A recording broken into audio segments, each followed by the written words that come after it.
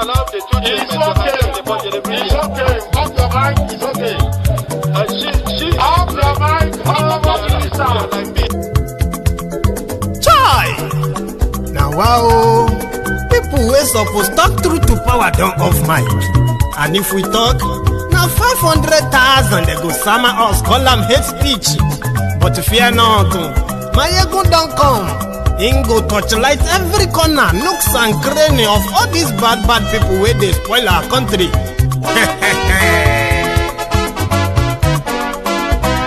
So my people make we laugh, oh yo yo. My ego don't come, oh yo yo. My people make we shout, oh yo yo.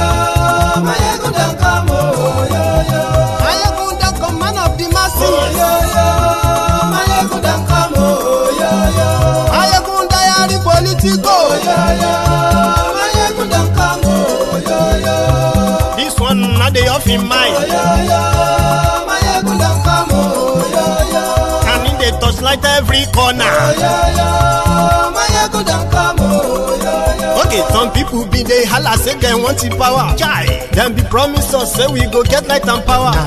Them hustle sote they can't get the power. But now they know they do anything with the power. Every day, dollar just they get the higher power. Over naira, still them talk say make we off mind. But thank God say my ego don't come. So my people make you laugh, oh yo yo. My ego don't come, oh yo yo. My people make we shout, oh yo yo. My ego don't come, oh yo yo. My ego don't come, man of the masses, oh yo yo. My ego don't come, oh yo yo. My ego diary politico, oh yo yo. My ego don't come, oh yo yo. This one not they off in mind, oh yo yo. My ego don't come, oh yo yo. Person where they do evil, no one make person talk. Them say that my egun, that man too they talk. He too they talk. Say my egun diary, he they hot like pepper. But every day then they take money in bulk. Poor man picking, they the street they hawk. Still them talk say make we no talk. But thank God say my egun don't come. So my people make you laugh, oh yo yo. My egun don't come, oh yo yo. My people make you shout, oh yo yo. My egun don't come, oh yo yo. Man of the masses, oh, yeah, yeah. My ego don't come, oh, yeah, yeah. My ego.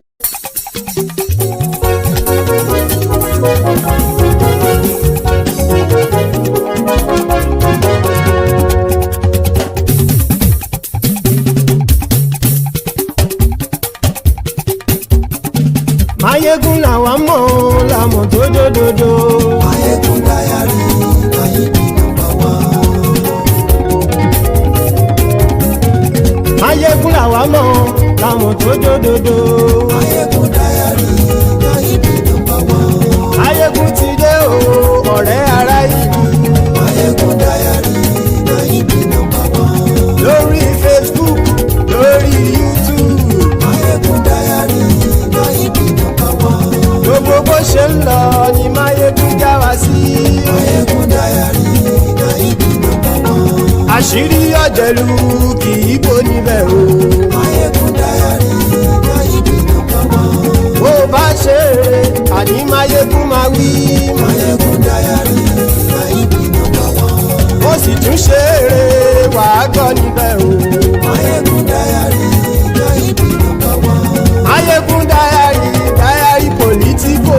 Mayegun diary náà ibi nọ́mbà wọn. Godfatherism kò sí lọ́rọ̀ Mayegun. Mayegun diary náà ibi nọ́mbà wọn. Ẹ farabalẹ̀ sẹ́ o kẹgọ́rọ̀ lẹ́nu o. Mayegun diary náà ibi nọ́mbà wọn. Àní Mayegun làwa mọ̀ tó dòdòdò. Mayegun diary náà ibi nọ́mbà wọn.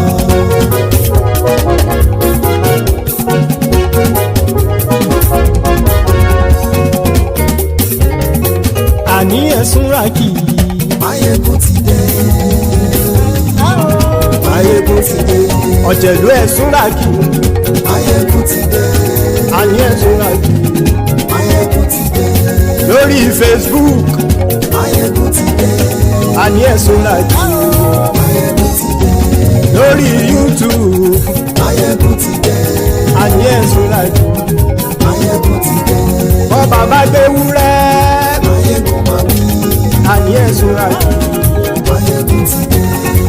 ìgbádìyẹ. Máyégún máa wí. Àníyàn sọ́la yìí. Máyégún ti dé. Pẹ̀sìdó bá rúfin o. Máyégún máa wí. Àníyàn sọ́la yìí. Máyégún ti dé. The brethren, so good morning to you, good afternoon to you, and a good evening to you from wherever you are joining us. It is Mayegun live, and thank you so much for joining me. Remember, after reading the caption of the broadcast, read the description of the broadcast as well. Then like it, share it, invite your friends, invite your not so friendly friends. Tell them to join us as usual. The Mayegun is live. Right, things have been happening since Donald Trump waded into the ongoing increased insecurity in Nigeria. The American Congress, our congressmen and women, have also waded in which the team put together by the President of the United States, Donald Trump, to look into all these killings and report back so that it would know what is next line of action or next course of action. So while all of this was going on, Tinubu and his team have been trying to meet with them, which they have actually met. And from the snippet of what they have had or agreement they've had, right, which I have not actually confirmed, so I'll share with you. So they seem to have been able to mellow Donald Trump's government in America to give them time, right, to rout all these terrorists. While the American Congress and the congressmen and women were discussing the killings in Nigeria, how it should be categorized or how it shouldn't be categorized, Nigerians were asking where were their own National Assembly members. They even made some jokes about that at some point. So from yesterday, right, it seemed this issue of national insecurity has now finally got the attention of your national lawmakers. So the schedule today, as a day, they would actually trash it. In conclusion, though, they actually came up with something which I'm going to get to. That is, their conversation today, as myriad as kind of like, uninteresting some of them are, right? They ended up concluding that kidnapping in Nigeria, that a Fulani terrorist or any other person involved in kidnapping will be treated as terrorism. So therefore, the Fulani terrorists kidnapping people without any form of a justice except ransom and ransom payments. So they are about to, but I don't really think laws are the problems of Nigeria. There is nothing in this world that Nigeria have no law about. Nigeria have laws, right, about, what do you call it, the space. Just so you know, but their problem is implementation of that. The one that would go as far as picking the sponsors of terrorism. They are within the government and without the government. Wherever they are, if the government can actually go on and implement their own law by grabbing them and hold them responsible, prosecute them. Anyway, so we're going to start from the back and forth between these guys. So now, it's not like that of the US Congress when they were having that chat. You know, Nigerian faction, right? You know, sorry, the Nigerians kind of like, rather said fashion rather. So the Nigerian version rather, okay? So they were all pretty much like screaming and all that. However, there was few of them who made some reasonable points. Somehow something that looks like, confession as well. Few things I grabbed. So let me kind of like tell you everything. Let's start with this. It was it was actually a lawmaker, right, from northern part of Nigeria. This time at the lower chamber, the House of Representatives rather. Okay, so we're going to start with that. Then go on to their Senate. and then on to the Tinubu presidency, who made some pronouncement this evening towards the same issue, right? So please share the broadcast if you haven't, and sit back. Thank you for your leadership, and may God bless you all, the leadership of the 9th Assembly. But with heavy heart, Mr. Speaker, and deep sense of duty, I rise to contribute to this most important debate on the state of insecurity in Nigeria.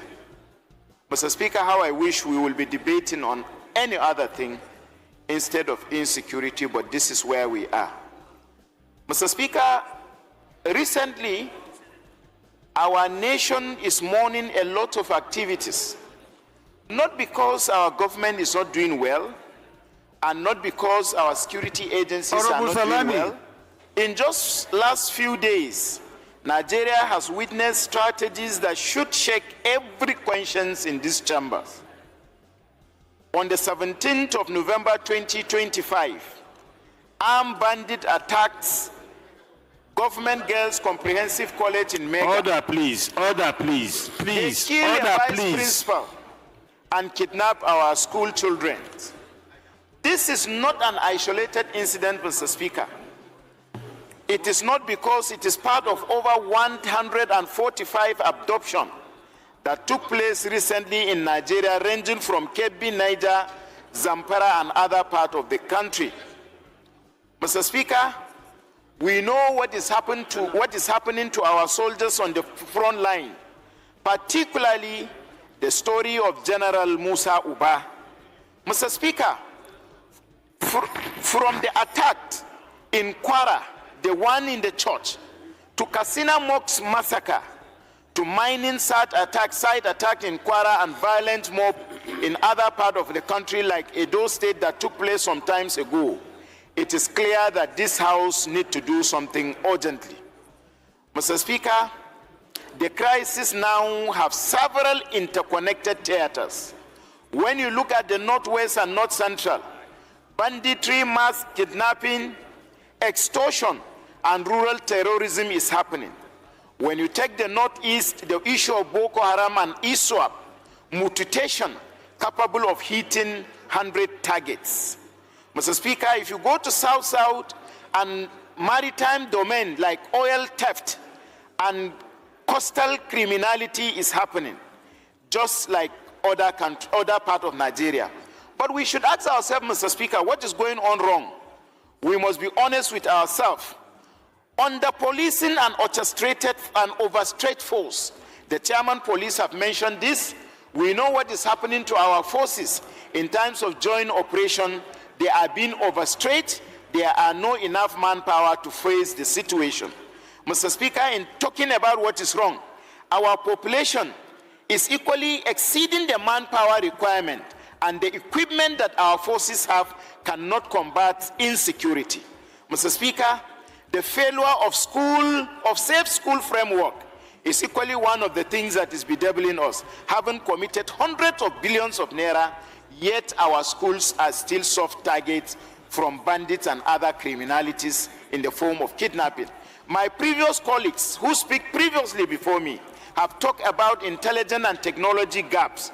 Mr. Speaker, too many attacks happened previously in one area, repeating itself because of lack of preventive surveillance and so many other security problems. Mr. Speaker, I will not bedevil us with too much talk, but let me ask this question. What do we need to do as a House? I profile the following solution to us before concluding. A concrete multi-layer plan is hereby presented. We need an immediate action, a joint resolution of both this House and the Senate to be able to tax the security agencies to come out with operational plans that will be able to address the insecurity and face the House in discussing it with Nigerian people on how we can bring this problem of insecurity and reduce it to the barest minimum. Mr. Speaker, a dedicated family liaison unit to give victim family truthful, timely update is equally important. When you look at what is happening in the social media, it puts the family of those kidnapped children into so many traumas. They don't have a dedicated trauma unit to go and get information that will be able to calm them down. Rather, they rely on information, some of them negatively, being circulated in social media and further aggravate their own trauma. Mr. Speaker, there is need for you, having initiated a serious legislative reform. We appreciate you for spearheading security reform, anti-corruption reform, and so many other reforms that have direct nexus with the problem of insecurity. But Mr. Speaker, you need to do more by ensuring that legislative reform is being conducted. Mr. Speaker, under your own leadership too, the capacity, welfare, and accountability effort should equally be escalated. Mr. Speaker, the House, myself inclusive, need to conduct oversight, robust oversight engagement with the security agencies in such a manner that if a budget is approved, let us monitor this budget to see that it is being expanded up to the front line of insecurity, not for those approval to be stopped at a particular level. Support equally the issue of recruitment and additional military personnel should be. Demand. Politicians, all talk, no action. You know what makes the terrorism in Nigeria and the insecurity in Nigeria to persist? I'll tell you a bit. These terrorists and their sponsors, right? They have succeeded over time to infiltrate the administrative structure, political structure, security structure. Every important national structure of Nigeria have been infiltrated by them. So therefore, there is no way chain of information, intel, will move that will not actually fall on the laps of this their sponsor and their reps. Nigeria politics requires you spending huge amount of money. That's one way that somehow, this is me now, my intrusive thought, that time that you just be like, hang on, how did they manage to possibly infiltrate your politics? Well, your politics is politics of money. Many of you don't even ask where these guys were getting all these monies from. Somehow you believe that, they are just looting the money, but money from drug dealers, narcotic money is being funneled into your politics so that the drug dealers, they will have political representation and then they will get political protection. But you won't pay attention. You just realize that this guy comes and suddenly he's got these billions to spend because some godfather gave him. Similarly, these terrorists, Islamic terrorists especially, those ones who God knows what their real agenda is, because I don't see how they are going to succeed in taking all of us up. Sure, you get that, and then take over Nigeria. That's going to actually be civil war. Sure, you get that. They would have to actually wage proper war against the rest of the indigenous people of Nigeria before they will succeed. So, how did some of them gain power? For how many years have they been thrown into your administrative, political, civil, in all those places? So there is no sharing of intel that will elude them. There will always be their own spies inside that your system. So that's what makes it even more ridiculous. The National Assembly, they have the security something committee. This security something committee, right? They also expect all the security agents and the rest of them to share some certain info with them. What they do with all this information, whether they are, the number of ammunition they are procuring and where they are keeping them, this kind of like classified information. They probably share some of them with these guys, these politicians, or those who are even within the military and the rest of that. So, because if you look at this, look at this terrorism generally, from where it all started to where we are now, and tell yourself, how could they have succeeded, survived for these nearly 2 decades, killing Nigerians and kidnapping them? On the last count too, this has already taken about 2 governments. This is the 3rd government. What do you really think it would have, the kind of cloud they have to have lasted this long without the blessing of their supposed sponsors who are in government, in business, in politics, in everywhere, even in the security apparatus. The last person that told us exactly about these guys was Goodluck Ebere Jonathan, but when he realized it was too late, instead there were Boko Harams inside his own government, but people didn't understand. There are those they call the sympathizers, terrorist sympathizers. They may not have power, to prevent an action, but they may have power to sabotage an action so as to have a disastrous end.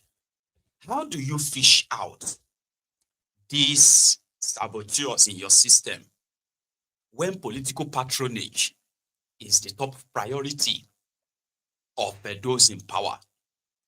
Political patronage, chronic capitalism, cronyism, everything that satisfies them, even with this insecurity, rather than all of them to come together and end it so that they can enjoy whatever they are looting in Nigeria. Abi, they still turn that to business. Rather than end the insecurity, they just persist. That is not by accident. So when you hear that your government, it doesn't mean that Tinubu is personally protecting the terrorist. No. But there are those who are better positioned to have the better intel to now advise him. So when you now look at those who are advising him, that's where you get to see all the saboteurs. Are they telling him everything? Is he even really aware? Does he even know the Nigeria that is the president of, right? Some of you will be like, he does, but yet it doesn't. So the point here is that there are those who knows that without the government's protection, when I say government, using the instrument or the institution of government to protect armed terrorists who have blown up, I believe, all chances. When the Niger Delta militants then, when they were on rampage, the moment they were offered amnesty, do you know what happened? They publicly renounced their agitation. They handed over their weapons, probably like 10-20% of their weapons to mark the ceremony, so as to show that, okay, we are no longer, you government, now do your own part. For the past 10 years, Boko Haram has been allowing terrorists to go without trial. He has been doing that for this Fulani terrorist without any trial at all. However, that has never reduced the killings. So that is where Eyinaya Abari becomes in. Should he come in now? Yeah, let's go. South. The writer, George Orwell, made a very profound statement, which I will quote. He says that in times of universal deceit, telling the truth becomes a revolutionary act. We are being told every day to be patriotic. We are being told here that we shouldn't say anything against. We are being told that, oh, you shouldn't talk about the past. You should focus on the present. Yet, on this floor, rather than focus on what we're supposed to talk about, we go back to say, oh, during 2015, oh, the Chibok girls happened, and oh, we are now rescuing people. People were not rescued at that time. During Chibok, 17 local governments in Katsina were not having palace with bandits. People in Kebbi were not leaving all the rural areas and coming to only the urban areas to stay. people in Niger were not being kidnapped. So why do we need to? At any time we need to talk about the present issues of today. We go back to start to look for excuse for our failures of today. I only want to say, let us do the right thing. We're not blaming this government for what they are finding itself, but it is the government in power, and they should do the right thing. What are the right things? We take only one example. The governor of Kebbi said that somebody ordered troops out and people were kidnapped. Till today, nobody in Nigeria knows what happened, and no question has been asked.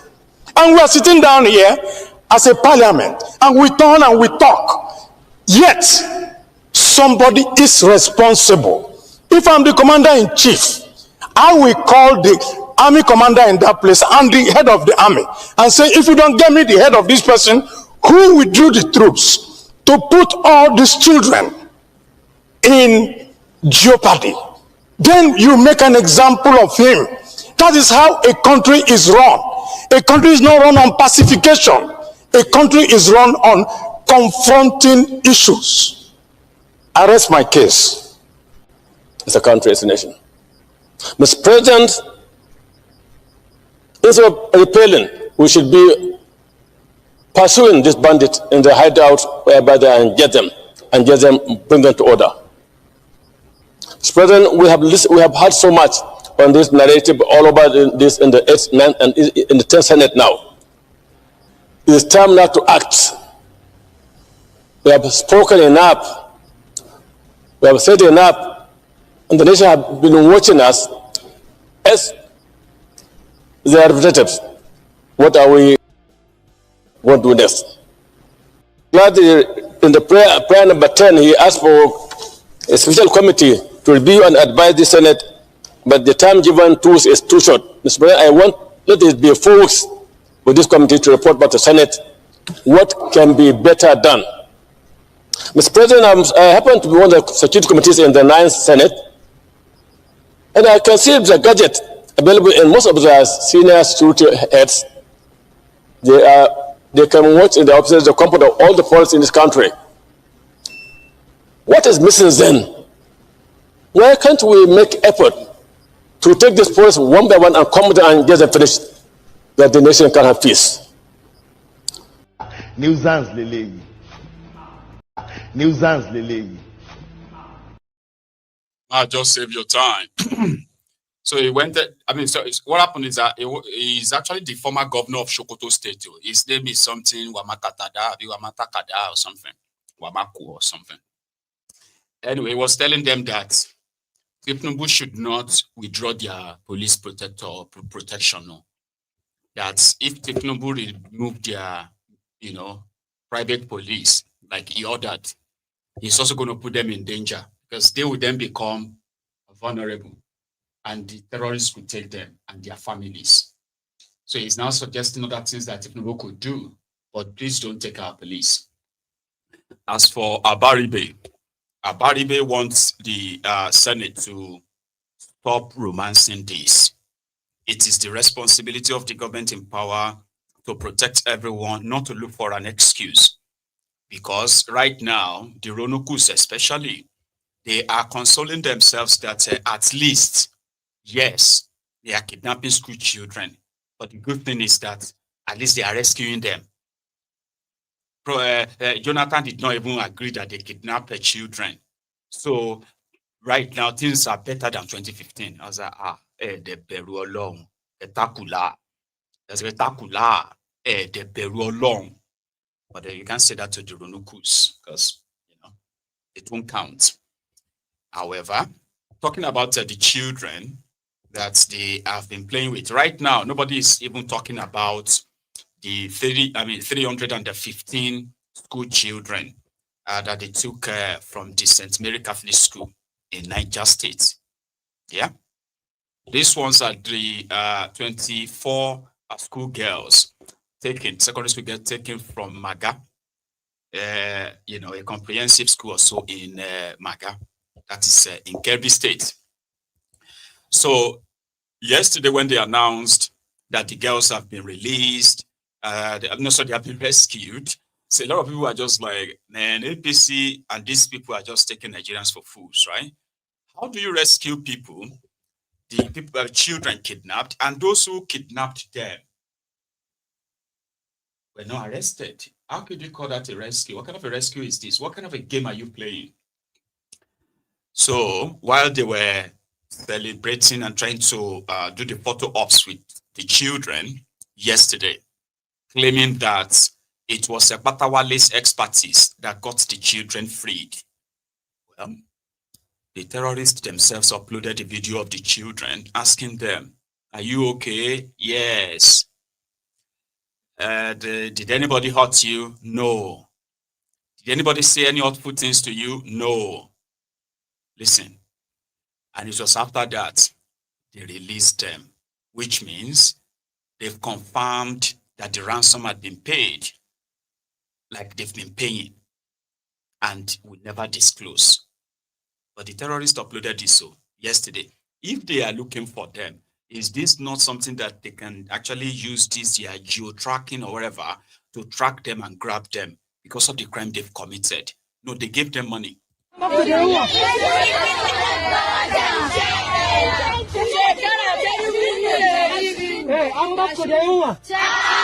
To an ba ku kulawa?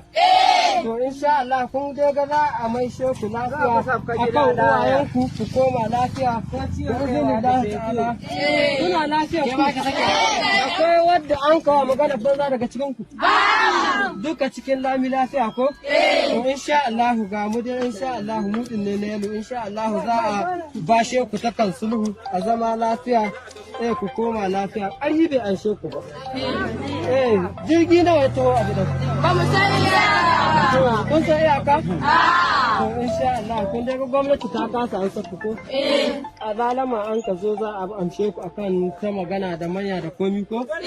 To insha Allah masha Allah ya salamu. Nigeria. So let's go back to the National Assembly, this time House of Representatives, where this speaker practically told the listeners that they needed to do more. This is the state governors, the this, the that. Tinubu can't be everywhere. So you shouldn't expect him to be in Ogun, to be here. Nobody said he should be in anywhere, man. Come on, but listen. She's a lawmaker. Are we going to wait until our children are kidnapped? And I asked myself, the children that were kidnapped are, of course, our children. And we have to see that any Nigerian killed, caused injury, or traumatized is our own because we represent them. The reality we confront today is not a distant episode in our national conversation. It is a deep and bleeding wound in the lives of our children, our families, and our communities. And I term the Papiri and Kamba abductions as a national tragedy. We are facing severe insecurity crises with widespread kidnapping and banditry. Absolute silence, please. When people go into communities please. To kill them, to traumatize them, this is nothing but terror. Let me be clear, these are not mere security failures. They are breaches of the most fundamental duties of the state, which is the security of lives and properties. And like I've always asked, when we have security issues, we need our governors to do more. The president cannot be everywhere. He cannot be in Sokoto, he cannot be in Zamfara, he cannot be in Ogun State. He cannot even be in Lagos State, his own state.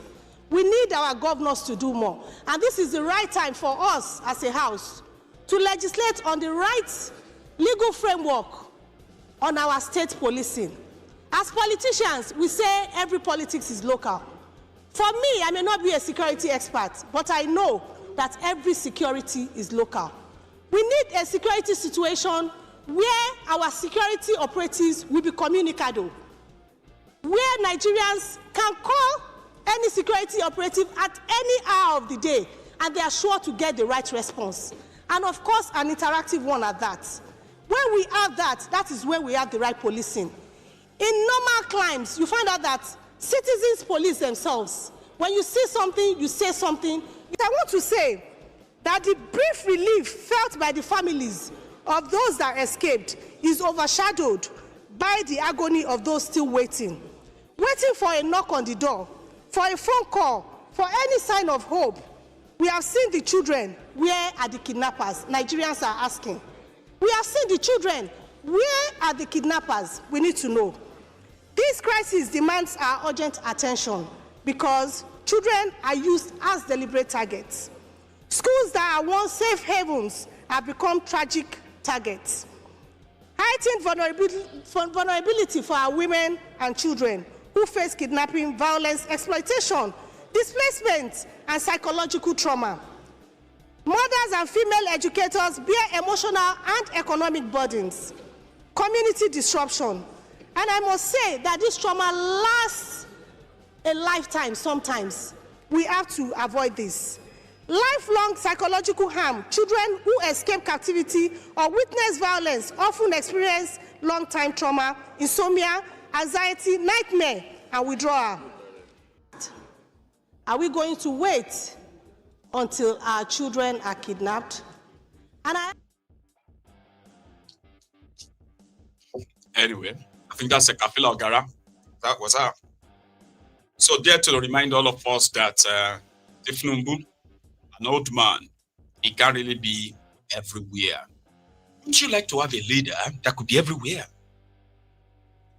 Yeah, like you see, this abroad. Yeah, when tragedies strikes and they're just going to be there like fly there because it's your country. And that's why you have to make sure that you do everything enough that this kind of a situation is so controlled that you don't have to be everywhere. Be flying to go and commiserate with people or go and make condolences visits. Anyway, that's just by the way. Yeah, it's all talk. Again, all of that's just talk. No action.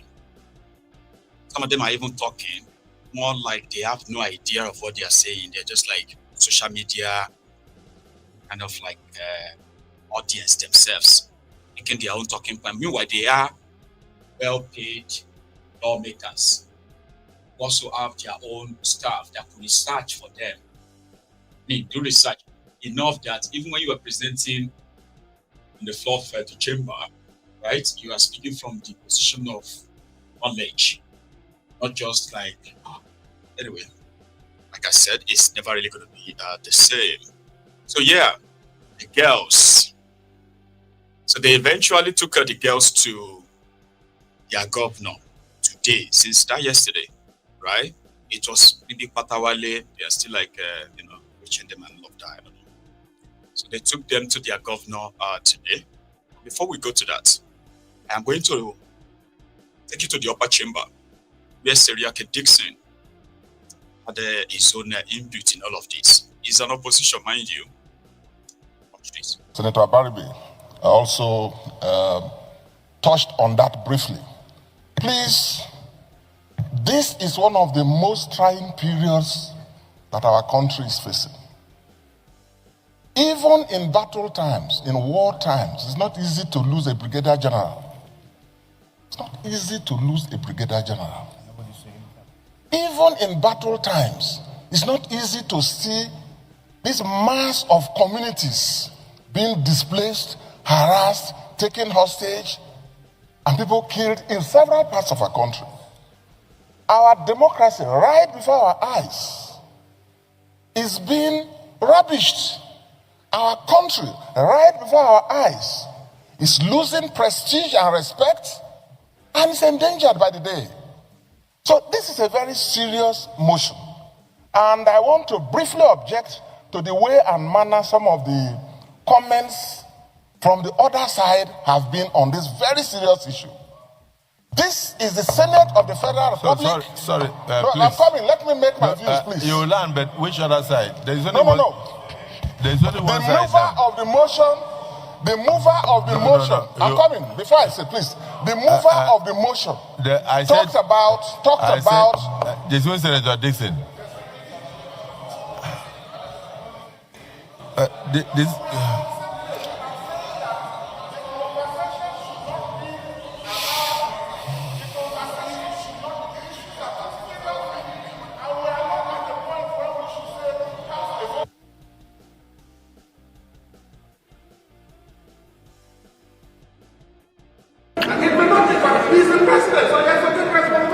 taking it and doing the work. No. He's taking it and doing the work. SP. On the other side.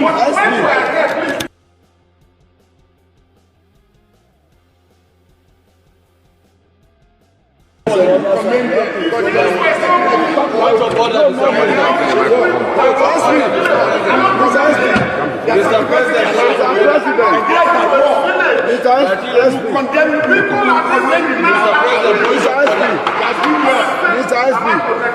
You are protected. You are not protected. Why are you demanding the whole Senate? To discuss this issue of national security. When Nigerians serious issue, you are telling me about and not as if this Senate is an extension of the presidency that we will come here and comment on a situation like this. Please, I respectfully request that withdraw that statement. No, you have to withdraw that. You have to withdraw that statement. No. We are talking about commendation. No. All the prayers that are going all of that. We will commend them. No. They are people's party. We will commend them. Time is up. Well, you are the deciding officer. Can I guide you? Can I guide you? If you want to conclude your speech, be guided from the chair. The reality is that this affects all of us. So there's nothing like this side or that side. Immediately no. Well, the person watching you outside will think that the Senate is in two divisions. On the issue of insecurity that we are discussing, we are one side. The entire Senate is one. So there's nobody here that will come and say that this side is treating the issue with levity, this side. And if you say we should not commend the president, it simply means you should tell the president to sleep. When a man has canceled his international trips and step back to face the issue, what you are seeing is an attack on Nigeria by our enemies. And it's even as I'm speaking with you now, I understand that yesterday, in the same community or so, that they went there and then abducted a pregnant woman with the 11 others yesterday night. You don't know when it will come to your village. So there's nothing like this side and that side. We are all Nigerians and we are all concerned with what is going on. So I would prefer that we concentrate on solutions. And what we are saying is that we must rise to the occasion.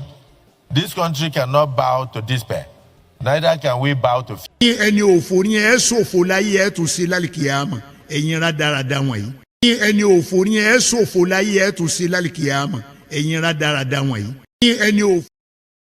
You see, Abeokuta is doing exactly what Tinubu wanted him to be doing. They did not want any situation where the National Assembly will be forced to invite Tinubu to come and answer questions directly from the senators. That is why Abeokuta quickly waded in, turned off his microphone, so that he won't be able to see anything anymore. Because all these things you are watching, all those things you watched, they are just drama, they are just theatrics. So that Nigerians can pretend, they are pretending to Nigerians to make it look like, oh, we are talking about it. Meanwhile, at the end of it, it is to exonerate Tinubu. They are not willing to probe into all this Operation Safe Corridor, the terrorists that are being funded by state governors, terrorists who are getting allocations, sharing from the federal allocations in their different local government areas, all those who are behind this fake peace meeting with terrorists. These are the areas that the Senate, the National Assembly should be probing. And in the process, the President GLC, Tinubu and his gang, they will have questions to answer. But no, to Abeokuta, Tinubu canceled the South Africa trip. He canceled his Angola trip. Do you know what it takes for the president to cancel his trip? That's to tell you that he cares about this whole thing. So the way you are talking like You are supporting our enemies who are attacking our country. We are one here. How can you be one? One as what? One as those who disagree with what is going on, or one as those who agree with the way Tinubu is doing? How can all of you be like, we are one, we all agree with what Tinubu is doing? So Abeokuta is projecting, and that's what they have been doing. Opposition exists in the National Assembly for a reason. Or to Abeokuta, even those who are, you can pretend that you are opposition, but you are with us. You know that you are with us. That is how they are running National Assembly. And anything that is probably going to put Tinubu in the spotlight, avoid it. And Nigerians are the losers for it. But somebody has this to say at their own House of Representatives, the junior chamber, the lower chamber. We were refugees during Nigerian Biafran War. As a child, I know how my parents suffered to keep me alive for that 3 years. But let us tell ourselves the truth. What kind of sovereignty allows terrorists to capture and kill a whole general like a common criminal? Because if terrorists can cross our borders at will, enter our villages at will, ambush military convoys at will, take entire towns at will, and now capture a brigadier general, then what exactly are we protecting with this so-called sovereignty? Is this sovereignty when terrorists are the ones controlling forests, highways, and communities? Is this sovereignty when commanders are killed and everyone stays silent and our children out of school? We opposed the US when they wanted to help Nigeria destroy terrorists. We shouted, don't interfere, don't touch our sovereignty. But what is left is to protect when terrorists already operate like a government inside a government, a country that cannot secure its land is not sovereign, it is vulnerable. This is a personal opinion. A country where terrorists can humiliate military is not sovereign. It is under siege. A country that refuses international help while soldiers die is not sovereign. It is stubborn to its own destruction. If a general can fall like this, then all of us are naked. This is not time for pride. Take entire towns at will and now capture a brigadier general.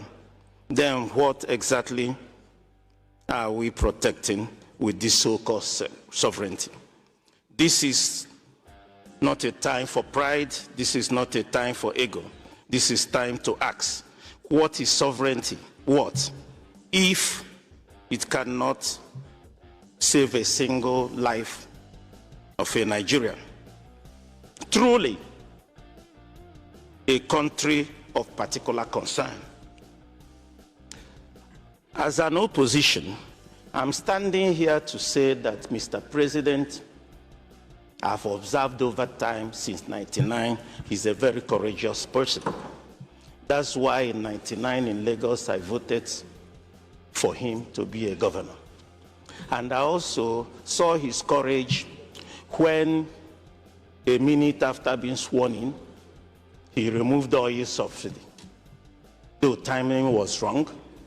I saw his courage when he brought off 4 tax bill here, we passed. We saw his courage.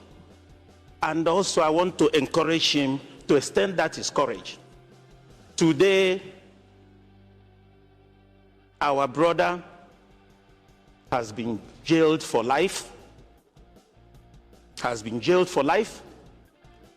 and the judge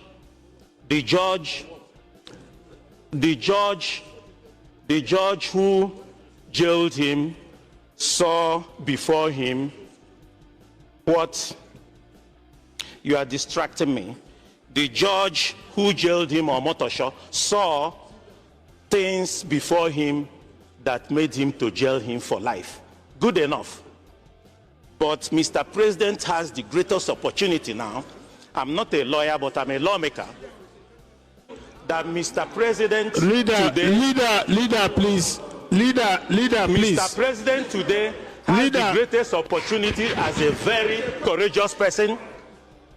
That today I know that point of order. The councils to Mazi Kalu Nwankwo has not gone for appeal.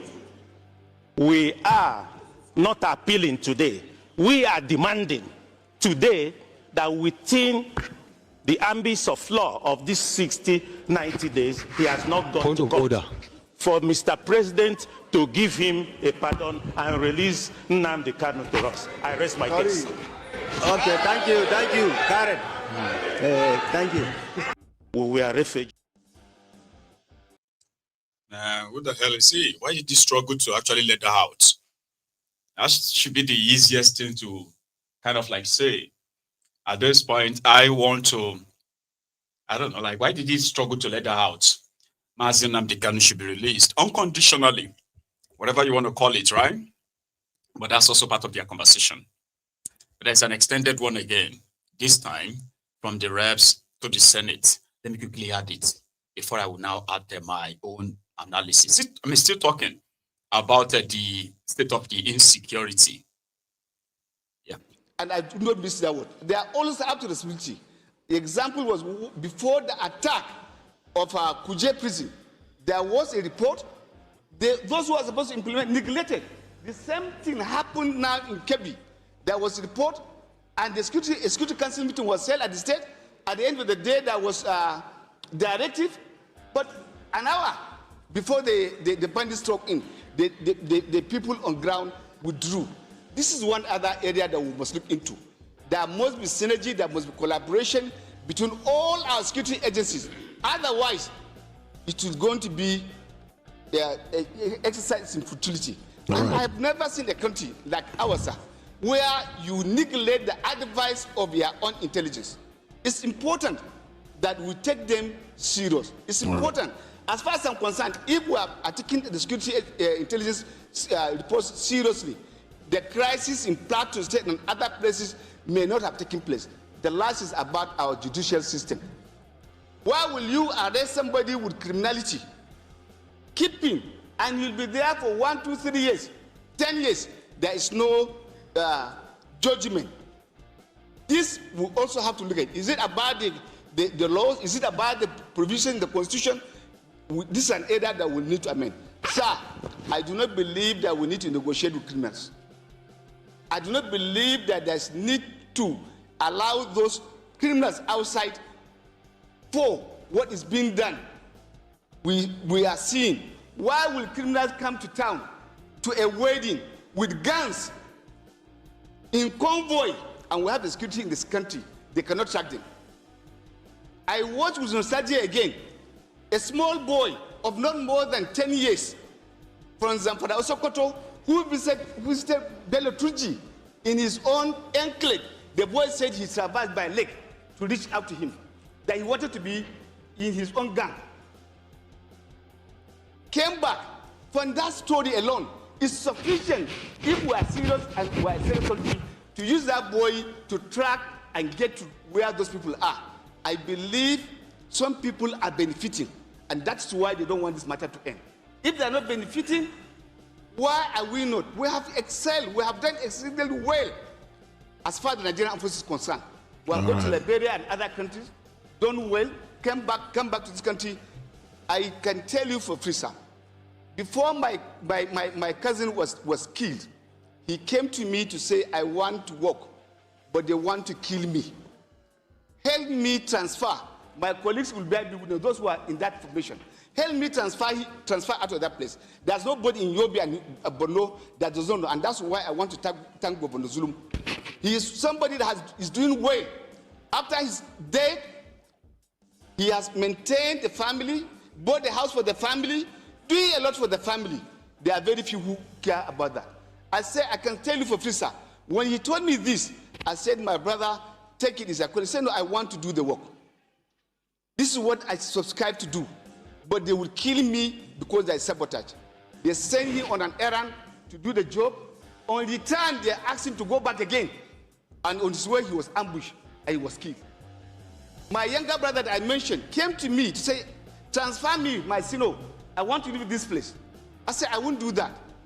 Those who don't have people of authority like me, what is their own position? He said, I want to do the job. I've been to Liberia. I've been to other places. But these people will kill me because they are not supporting us. There's no equipment. Okay. Barely 1 month after, they kill him. The wife of this person, this is what I want to tell you, sir, came to me crying, don't make me a widow. They will kill your brother. I am saying there's serious collaboration and gap even within the system.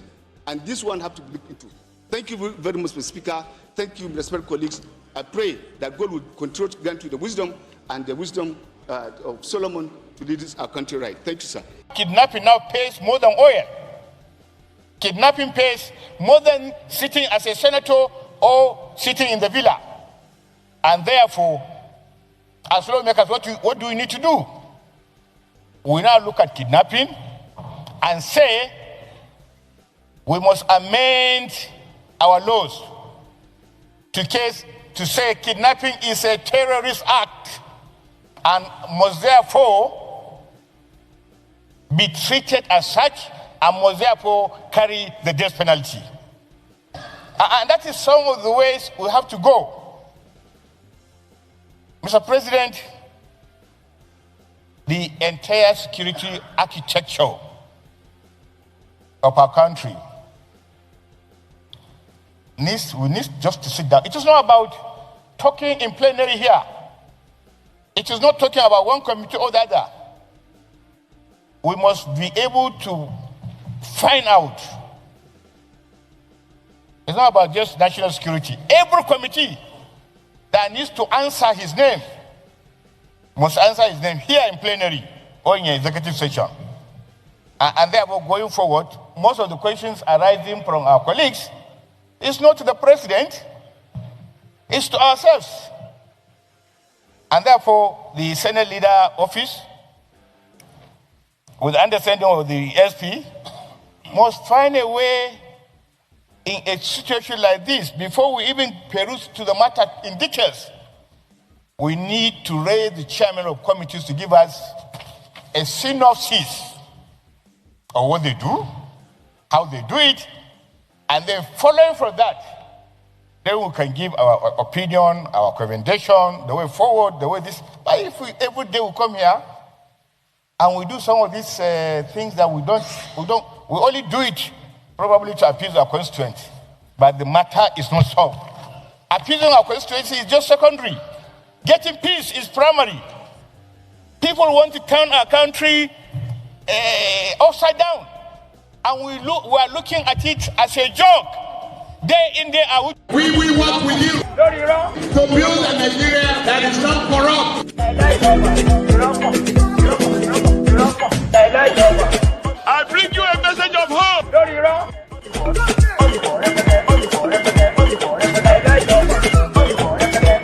We are going to spend a lot of resources on education. We will work. We've heard a lot. And of course, it's all talks, no action. They are lawmakers. They are not, the executives that actually really implement laws, I think. So they are not, they did try, right, by addressing this terrorism as terrorism. And any of them caught should have death sentence. Makes sense. But that is now left for Tinubu to do. If the executive, because he controls the military, he controls all the security apparatuses and the rest of them. So he's got the resources he needs. He controls the National Assembly that has been approving different kind of loans for him. So he's got no problem pushing any legislation through if he really wants to deal with the terrorist. So that's why the Bok stop at on his own table, put it that way. But Papa Biole is inviting the lawmakers as children to their mommy's dinner party Remi Werekwe is inviting the senators to come for a dinner party. Akpabiole is calling them the children. Remi, their mom. In a letter sent to them by Remi. Remi Tinubu CON, First Lady of the Federal Republic of Nigeria. So this is like an invitation by the mother to the children on a Friday. So I wish you sumptuous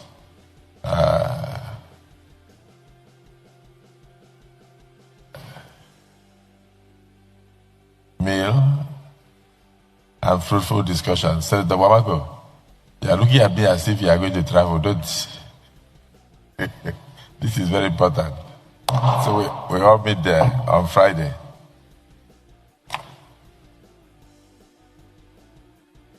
Correspondence from the villa. Nigeria is so corrupt, which I regret the day I was born in this country. It's unfair. This is unfair now. This is unfair. Nigeria is so corrupt, which I regret the day I was born in this country. It's unfair. This is unfair now. This is unfair. So that was Akpabiole telling the senators of the Federal Republic of Nigeria that the letter from Remi Werekwe inviting them to a sumptuous dinner is like the mother writing children. Well, so Koolu has now forwarded the names of 3 people to Akpabiole as ambassadors, because from what I gathered there, now this thing I don't have the full details, okay? But they're just like a snippet. But sometimes they always come together at the end of the day, right?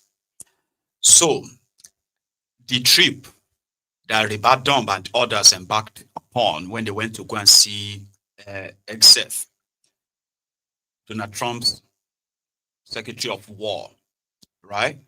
So part of the deal that they proposed to Trump was that they were willing to commit $2 billion on military, weapons and the rest. So Nigeria already ordered some, I don't know the name, right? But they are like fighter, kind of like a choppers, right? Who are also like armed, they can, right? Chinook or something. Is that what it's called? Chinook? No. Anyway, like I said, they are pieces of information, okay?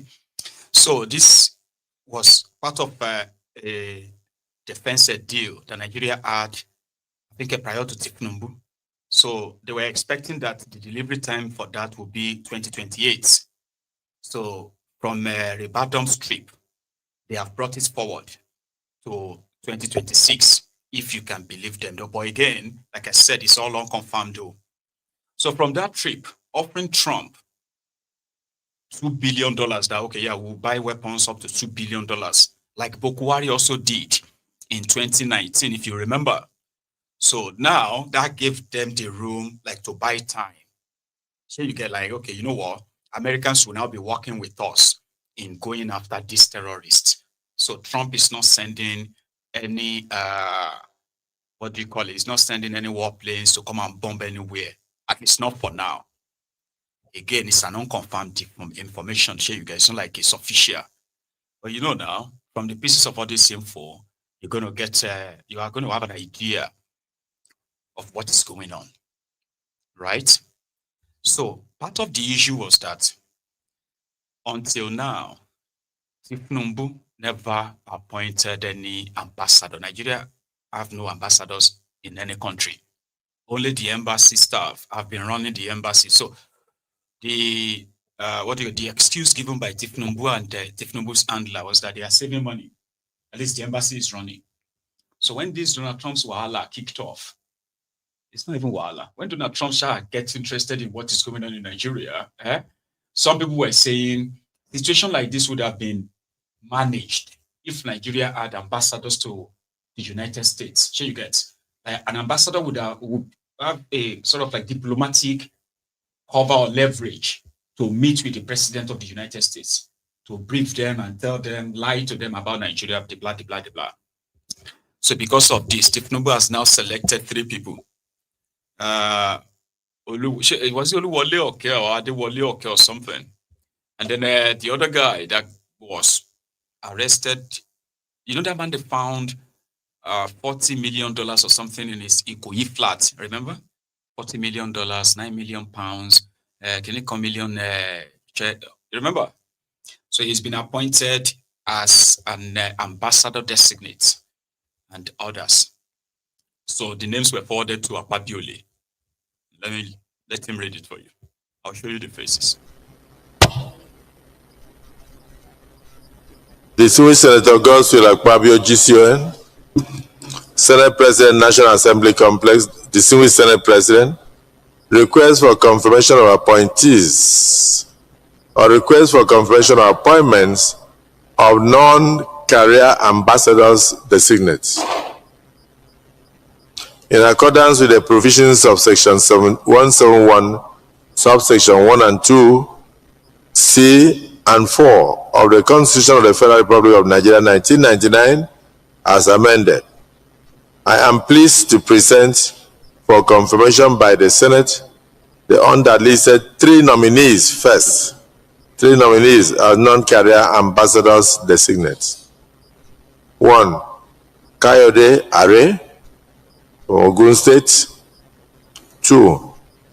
Aminu Dalhatu from Jigawa State. Members of the nominees, please accept the present. This is of my highest. Yours sincerely, Tinubu, President Commander of the Armed Forces, the Federal Republic. Sorry about the audio. It's quite, So you've got it, Are, Dalatu, and okay. So I'll show you their faces so that I can put faces. I can put face by each name. All right. So you know who they are. So okay, Abeokuta. That's the one on the left, right? And I think he is from either Ekiti or Udo. The man in the middle was the guy they found over 40 million. You with me? They found over 40 million in a Ikoyi flat.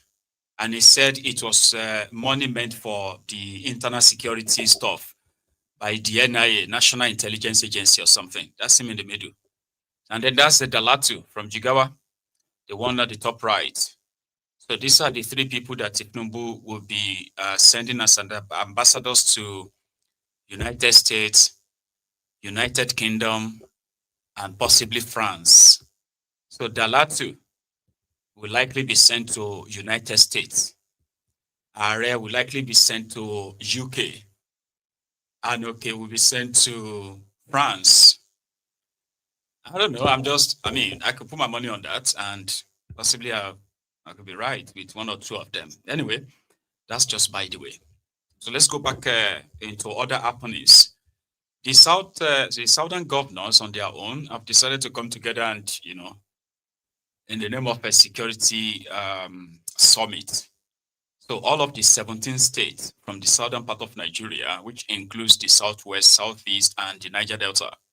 So they all converged in Abeokuta then after dubious Dapo had to read their communique.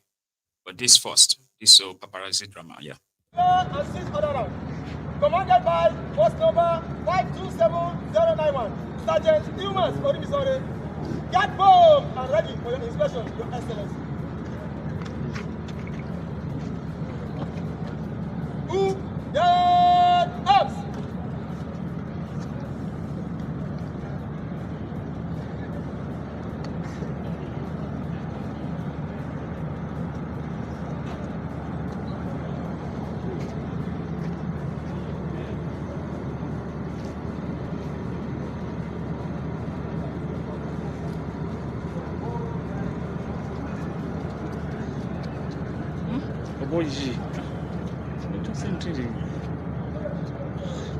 Show your arms. National salute. Present arms.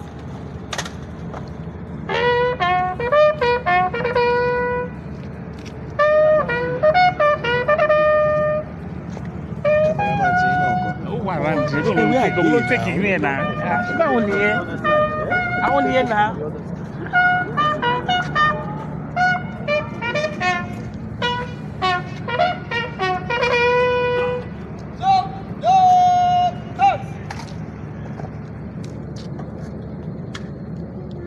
Your Excellency, may I have permission to mess up the gas?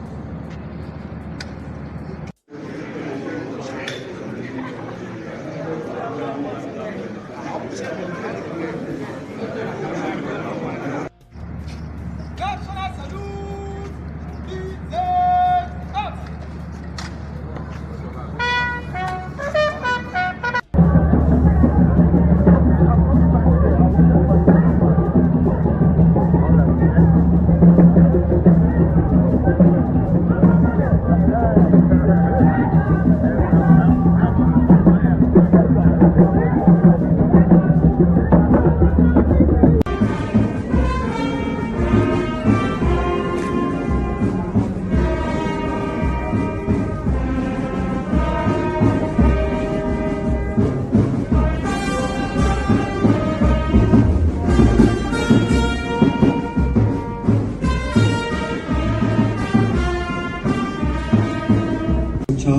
Of Anambra State, Your Excellencies, the brother governors of other southern states of the Federal Republic of Nigeria here present for. So they were all there. Meanwhile, the new ministry created by Tinubu, Ministry of Livestock. Yeah. So the Minister of Livestock, livestock minister, or which is the Fulani terrorist minister, because you may not know, Tinubu already appointed a minister that was supposed to address all the issues concerning this Fulani terrorist in Nigeria. So they call him livestock minister. Do you even know him? No? Me too. I don't know him. I can't even recognize him. But today, he was quoted to have said, open grazing cannot be banned.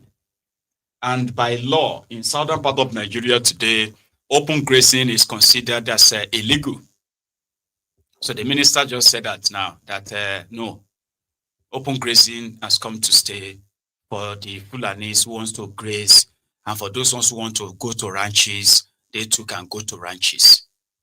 Yeah. Go and Google it. I don't know the guy. And now I'm going to be interested in actually really knowing him and his name and his face, and I'm going to make you know him too. Just so you know that he's holding a ministerial position where he could use executive power, right, to ensure that these terrorists are indeed established while they are still killing us, just so you know. So, yeah, he's the dubious Dapper of Coup states, telling us what the governors came to, like, you know. Southern Nigeria now stands at a pivotal moment, marked by rising threats to security, economic pressures, and the urgent need for coordinated leadership. Recent abductions in schools, religious centers, and rural communities across the country demonstrate that no region is insulated from organized criminality or violent extremism. Distinguished colleagues, as we deliberate on the security architecture of southern Nigeria, it is important to state clearly that the creation of state police remains a non-negotiable component of our collective demand for true federalism and effective grassroots security. Our region has consistently advocated for a policing system that is closer to the people, more responsive to local realities, and better equipped to address the rapidly evolving threats that we face. The recent incidents across the country reinforce this urgency. A unified southern position on state police will not only enhance intelligence gathering and early warning capabilities, but also strengthen our ability to secure schools, farmlands, border communities, and critical infrastructure across our states.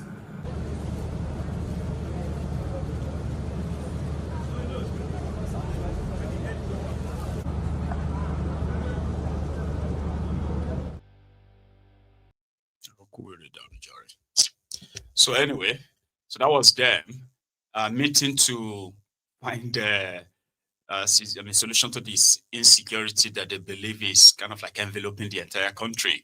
So southern part of Nigeria, that won't be the first time. And it was on one of them coming together, one of those kind of like summits that they ended up creating Amotekun.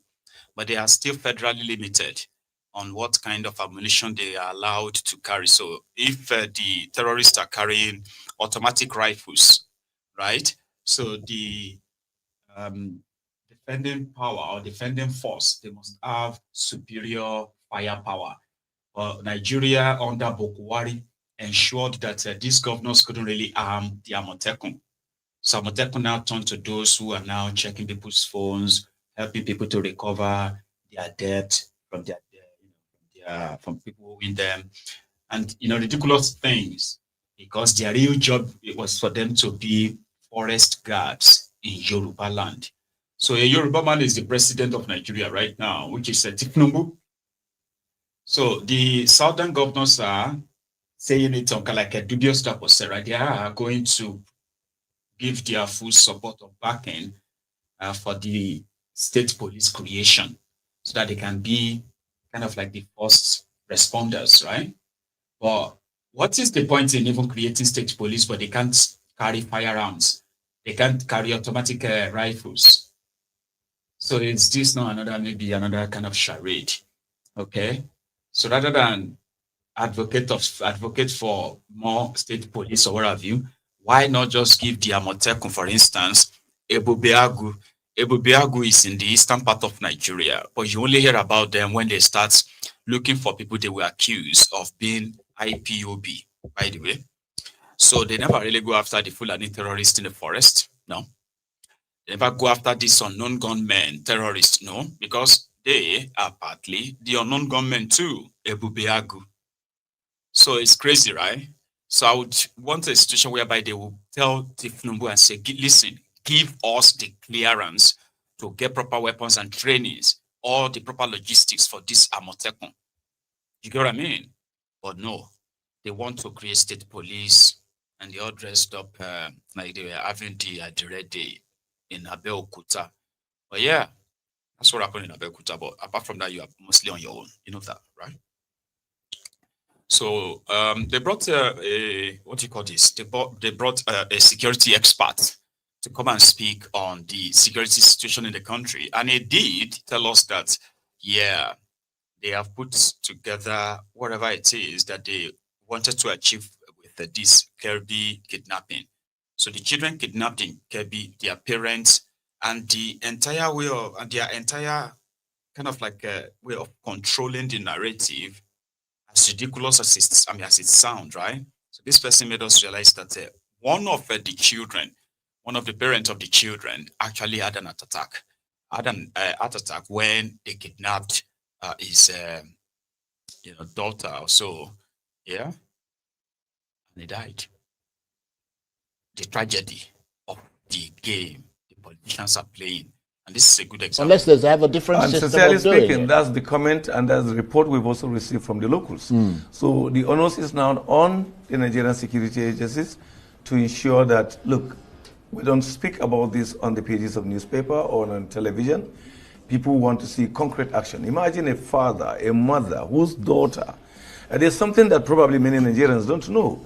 One of the parents of these girls or these children that were picked in this school, Mr. Anthony, died yesterday of heart attack. Oh dear. Because 3 of his children I'm so are sorry. victims. So sorry. People to don't hear understand this. So when you speak this, you are not speaking against anybody. You are just trying to tell exactly the problem. I'm really sorry the to hear pains, that. the trauma. We've tried today to speak to many of the parents with their numbers. They're even scared to pick calls. And when I was speaking yesterday to the leadership of the church in Kontagora, and they told me this news because I knew about this death since yesterday. It was a really sad thing. You can imagine the man is in shock because 3 children, he will not even know what to explain, what is happening to them. I said the other day that, these are children who have been used to possibly wake up in the morning, to possibly brush their teeth, wake up in the morning to have breakfast and later tea break or lunch, depend on the school system and then dinner. These children have not seen sleep in the past few days. These children have not done some of these things. They've not even taken their bath. You can imagine what these children are going through. So now their parents themselves cannot tell exactly where the children are, what happened to the children, because I think there's a mix-up of information even in some of these conversations. The 50 children that came back, when the bandit entered into that school, they went straight to the junior dormitory and started bringing them out. And I think this news filtered out to the senior dormitory, they ran away. And that's why you see the number of the senior students is low. So unless there's a difference. Yeah. The children they use in their political game. That's the way I see it. And if you have to launch an inquiry into all of this, it's got to be an external inquiry. Because those who are going to bring in from the internal are so compromised because they all allowed this to fester in the first place. So they kept propping the children. When they brought the children back, they didn't even allow them to go to their parents or their parents to see them. They were moving them from one government building to a guest house to this person, to that person. And all yesterday positioned, displaying them here and there to the media to take pictures, and And then I think it was this morning, or was late last night, they finally handed them over to their state governor in another ceremony. The military handed them over to the governor. So the governor is now going to host another ceremony to hand them over to their parent, I think. No escape from that same forest. On the 19th of this month, the President and Commander-in-Chief of the Armed Forces of the Federal Republic of Nigeria, Tinubu, directed the Honorable Minister of State for Defense to relocate to Kebbi State in order to ensure the complete return of all the kidnapped victims. I am happy today to present the 24 recovered victims of that kidnapping incident. The 24 girls are here, hale and hardy, no death, no injury. However, we shall suggest and advise that after the handing over, the state government should look into getting good medical doctors to check the children and further confirm their health status. I want to also mention that the Chief of Defense Staff and the Chief of Army Staff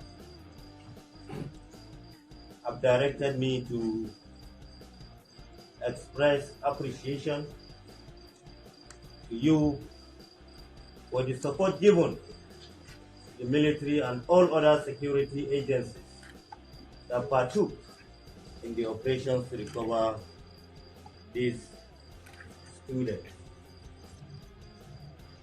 They have also mandated me to extend the same gratitude to all security agencies that took part, including the police, the NSA, and all other security agencies that took part, to appreciate them for the efforts and contributions given for us to secure safe return of these people. In particular, they have directed me to express appreciation also to the Honorable Minister of State Defense for coming in and wasting no resource, no time, no resources were spared to ensure that the military and other security agencies got all what is required in terms of coordination and logistics.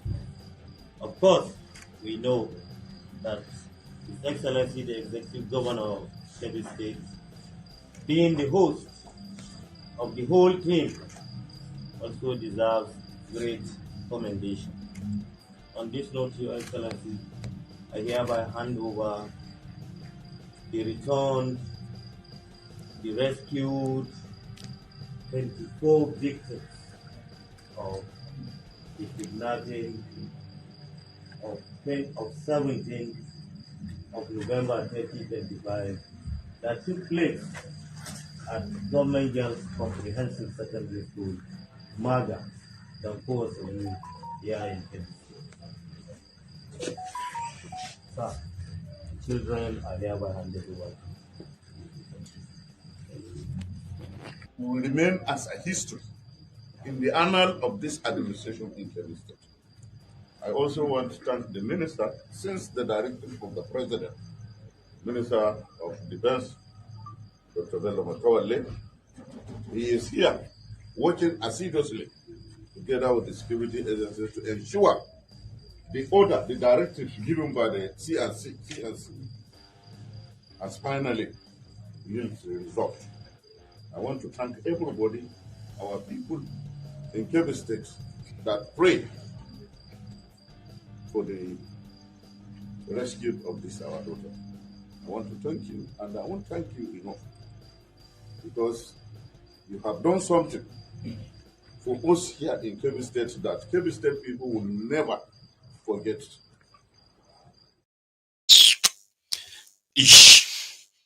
Anyway, performative show, photo op, and the rest of that until another set of people becomes the victims, right?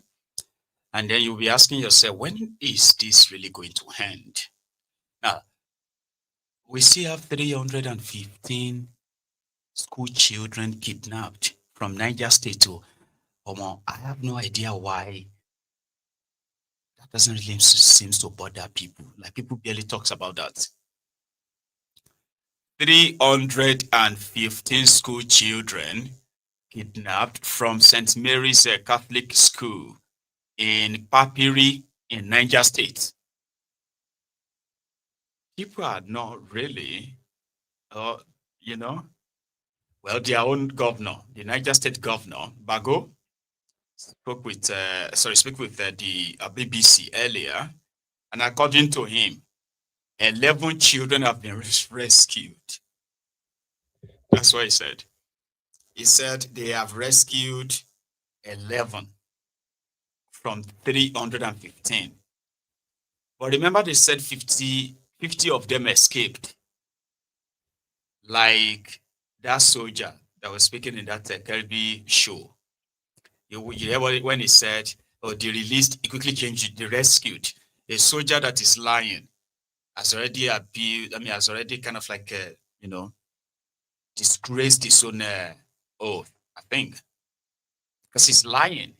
You can't be soldiers who came to present these school children as rescued, and yet you can't tell us where their kidnappers are, what happened to them.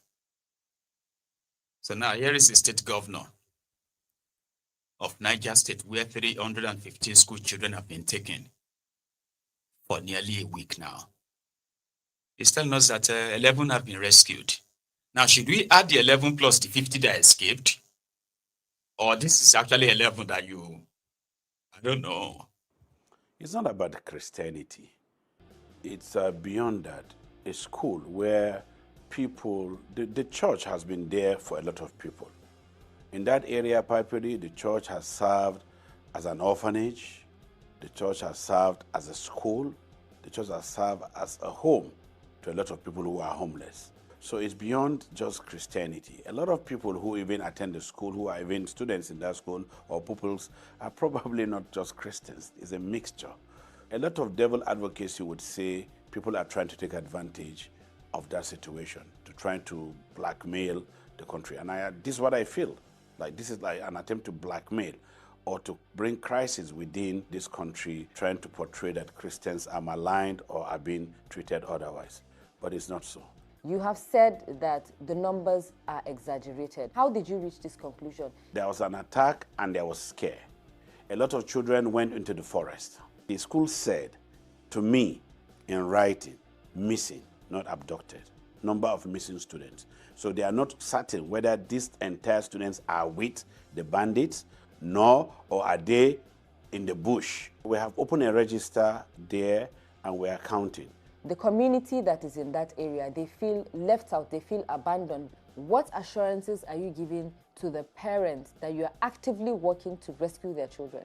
So my going there is going to happen. And the assurance we are giving them is that we have started rescuing some of their children. Some of them have been reunited. Are you categorically saying that students have been rescued? Yes. Because the school told us that students escaped. In a farm settlement, we rescued 11 people. So outside the last 51 that were declared, additional 11 have been confirmed rescued, and the operation is still going on. I was in Papuri, and the security that I saw there was very, very minimal. Security is not what you see. We can't discuss security on your screen. We are here to rescue lives. When do you think the schools will be reopened, and what conditions will be met or should be met before you can open the schools in Niger? It's not going to be very soon that we're going to open boarding schools in Papuri. It won't open now until we're sure the lives of people or students are secured. It's not about. I don't know, is it just me?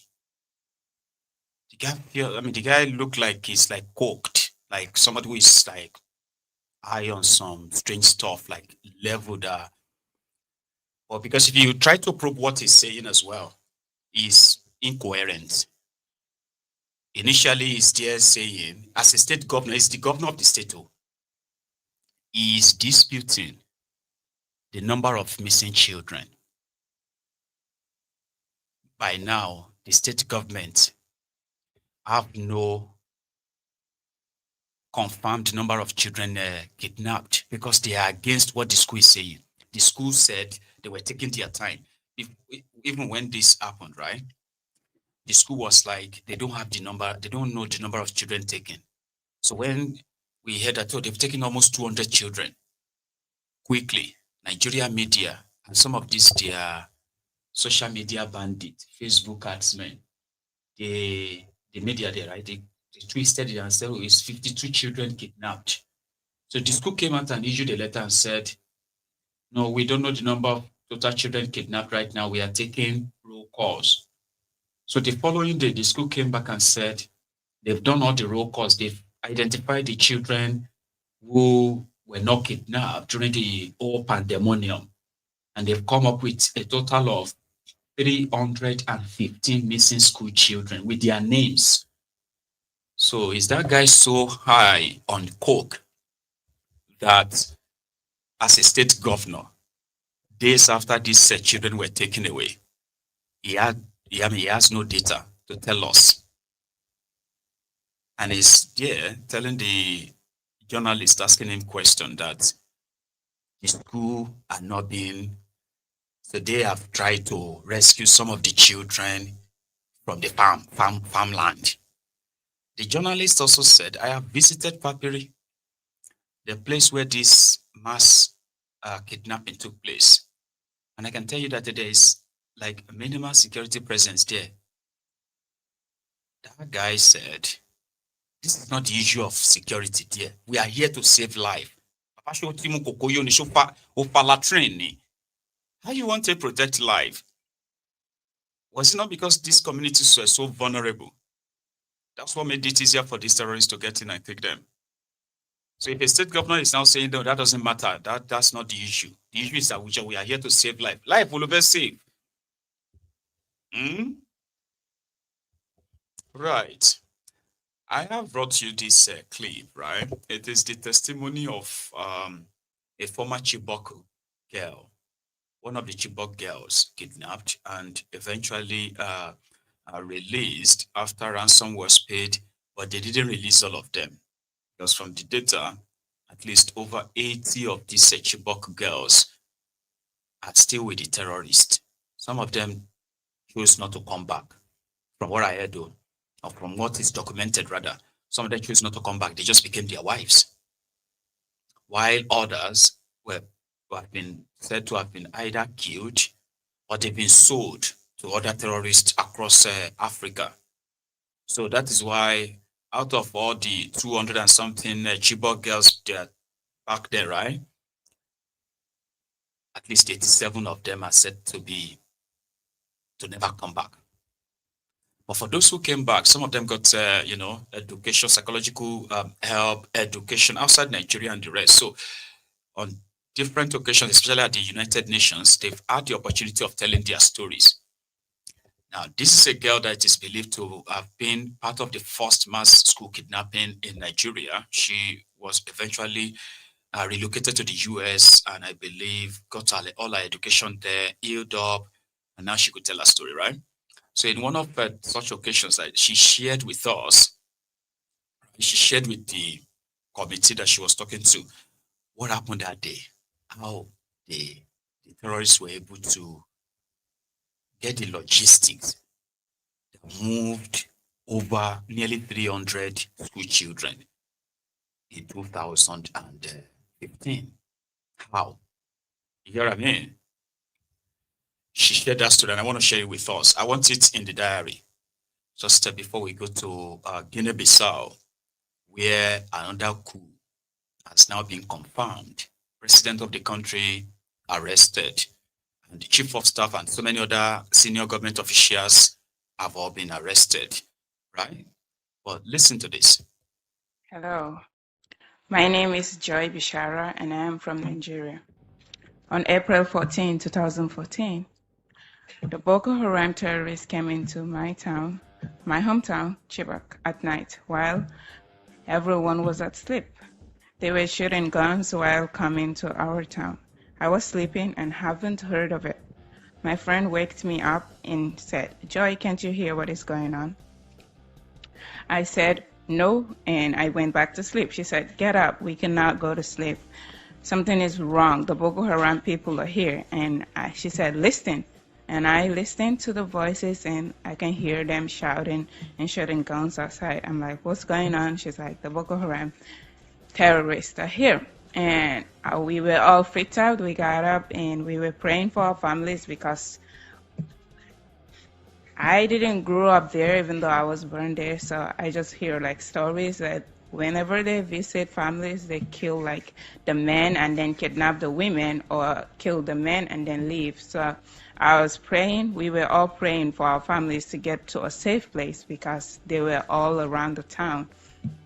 And while we were deciding on what to do, we were all like, some of us said we should just run out, and some of us said we should climb the walls and get out. But some of us said we are not allowed to leave the school, so we should just stay. We were still deciding on what to do, and a man just came in. We all were scared, so we started to kind of run, and he's like, "No, you shouldn't run. I'm just here to protect all of you, so there is nothing wrong. I'm here to protect you from what is going on outside." We trusted him because the soldiers outside our gates used to come in whenever we scream or are scared, and then they make sure we go to bed. They take care of us before they go away. So we trusted him. We thought he was one of them. And he said we should all come in a circle. All of us were in a circle, and then he said, okay. Then a lot of them started coming into our school, into the dorm where we were all sleeping. They all came in because we were all in a circle and we have no chance to run. So when they started coming in a lot, that's when I realized, oh no, these are not the soldiers. Not all of them have uniforms, so they're not the soldiers. And it was too late to run because they were all around us with guns and bombs, so we cannot run. And so they said that they're here, they're the Boko Haram people we have been hearing about, and they're the ones who kill, who burn churches. So they're just telling us what they do, and they said if we do not cooperate, same thing is going to happen to us. And we were all scared, crying. Some of us are like praying, and they said we have to tell them where the engine of making block is, like engine making machine. So block making machine, that was what they asked us, but we don't know where it is. So we told them we do not know. They thought we were lying, and they asked two girls to stand up among us so they thought the two girls will tell them the truth because we were in a group, they thought we were lying to them. But the two girls, they repeat what we said. They said they didn't know where it is, and no one knows. So they're like, okay, if the government sent things to the school, then where does it go? And all we know was the food for the girls, which is the kitchen store. And two girls took them there. They opened the store and started getting the foods out to take with them. They're putting it in their own trucks, and when some of them are still with us in the dorms, and they asked us to start to follow them. We were coming out with them, and the schools were burning, we're all on fire, and the fires were like almost touching us. So we were helping each other pass through it. And when we went to the gate, they asked us to sit down, and we all sat down. They burned the schools. We couldn't see any teachers because they do not have mercy. They don't have mercy on anyone. So all the teachers ran away. There's no teachers in the school, and the gate man wasn't there either. And the soldiers that were outside the gate were not there too. So they have strong weapons that even the soldiers doesn't. So they cannot stand to fight them. They all ran away as well. So, and while we were sitting in front of the gate, they were burning the school, the offices. They burned every single building in the school. And then they came to us, and one of the leaders said they should go and get trucks.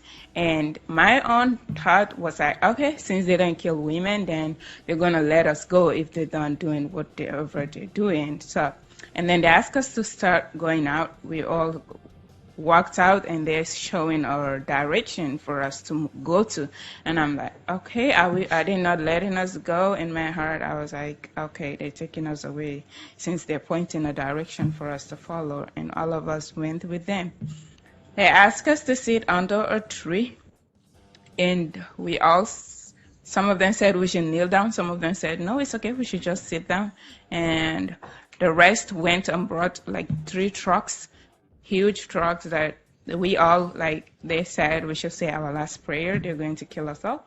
So some of us are crying. We were praying, and I have my friend beside me, who waked me up. We were together all that while, and she's like, let's just pray that they change their mind, because I do not want to die. I want to go continue my studying. And in that hostel, in our dorms, they told us never to go to school again. And because they said never to go to school again, my own thought was, okay, they're going to let us go then still, since they don't want us to go back to school. But it wasn't like that. They were taking us away. We helped each other in order to climb the truck. There was a small-sized women car that we have to climb in order to enter the truck, because it was really tall and huge. So we helped each other. They said, if you want to die, you go to the left, and if you want to leave, you go into the truck. So no one wants to die. Everyone was trying to go into the truck, and all of us climbed the trucks. The truck started moving, and while I was in that car,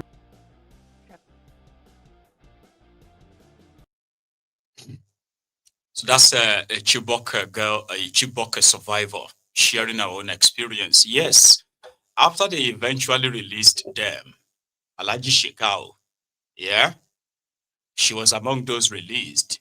Many of them were relocated to the United States. Yeah, since then, because you remember they were like secondary school girls. They were still young, very young at the time. And if you remember, maybe not too young, because they were sitting for their, if you remember, right, they were sitting for their they are sitting for their final WAEC examination, I think. I don't want to mix them up, right? Yeah, it was their final examination. So Werewike was the Minister of Education at the time, right? So Werewike wrote Shitiman, who was the governor of Borno State that time, that they've received an intel that Boko Haram was plotting to attack schools. And therefore, they are canceling the examination in Borno State, except if Borno State government will be willing to move all these students sitting for these examinations, right, the WAEC, move all of them to the state capital, Maiduguri. So Shitiman wrote back to Werewike and said, no, they've put security measures in place, especially they put special security in place for these children writing WAEC. So that was when, well, it practically rejected the federal help. So when Chibok, a Christian community in Borno State, got attacked, when you say Christian community, I'm talking about like a massive community of Chibok. So when the terrorists struck, they started sending wrong messages to Abuja. For example, like what they are doing in Niger State right now, that majority of you are not paying attention. Oh.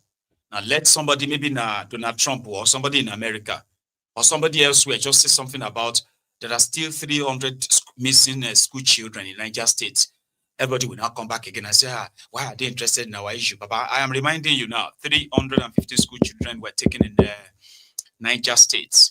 And majority of you right now are probably not even aware. That was what Egbere Jolantan did too. Shitty man, when the news broke, we didn't know that they've actually kidnapped the school children in their dorm overnight.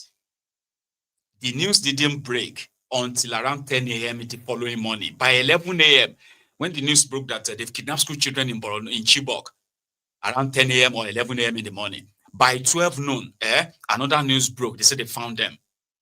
They've rescued all of them. By 4 p.m. that evening, it became obvious that no, they've not rescued anything. No. Yeah, when they were taking some of them away, one or two girls, they jumped down. They even hurt themselves. So the terrorists didn't even touch them. Those are the ones when the first people that ran after them early in that morning, those are the ones they saw. And the Borno state government under Shitty man was rolling out lies after lies. So the moment they realized that the girls have been taken away, settled somewhere, they now agree that, the girls have been kidnapped. By then, Goodluck Egbere Jolantan in Abuja was also being fed a different story entirely. To the point that it became a clash of what have you between the Abuja and Maiduguri. Those in Abuja are saying that Borno is not giving them information or anything about what is going on. And they are like flying blind. They have no idea what is going on in Chibok. It lasted for days before the international pressure started coming in. That was when Jonathan, that's like about maybe 4 or 5 days later, that was when Jonathan and others now officially sent people to Borno State. By then, the girls were far, far, far gone. You with me? So when they finally paid the ransom and they brought some of them back, there were so many of them that were adopted. And you heard that she kind of like speaks with so much clear edge, right?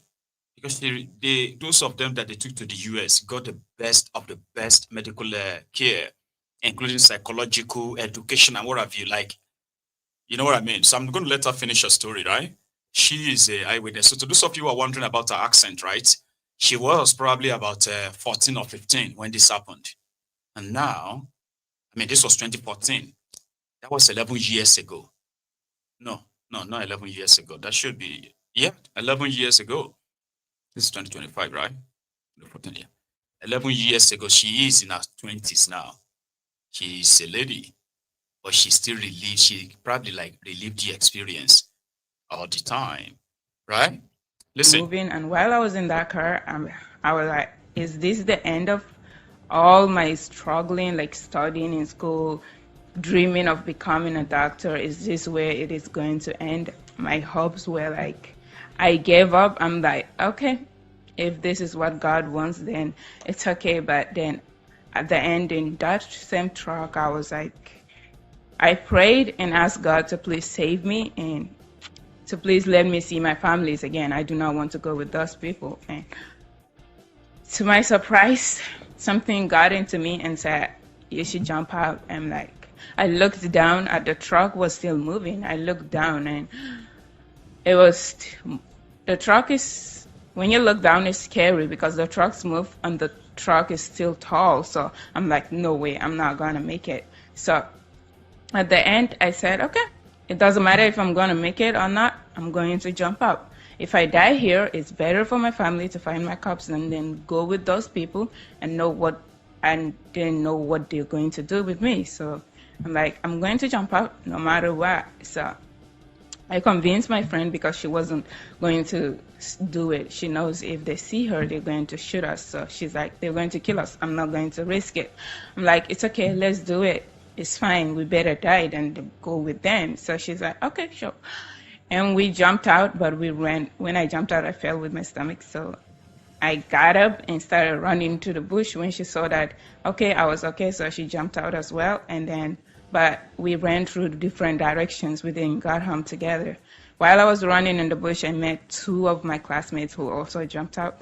I screamed because I thought they were the Boko Haram people who came to get me back.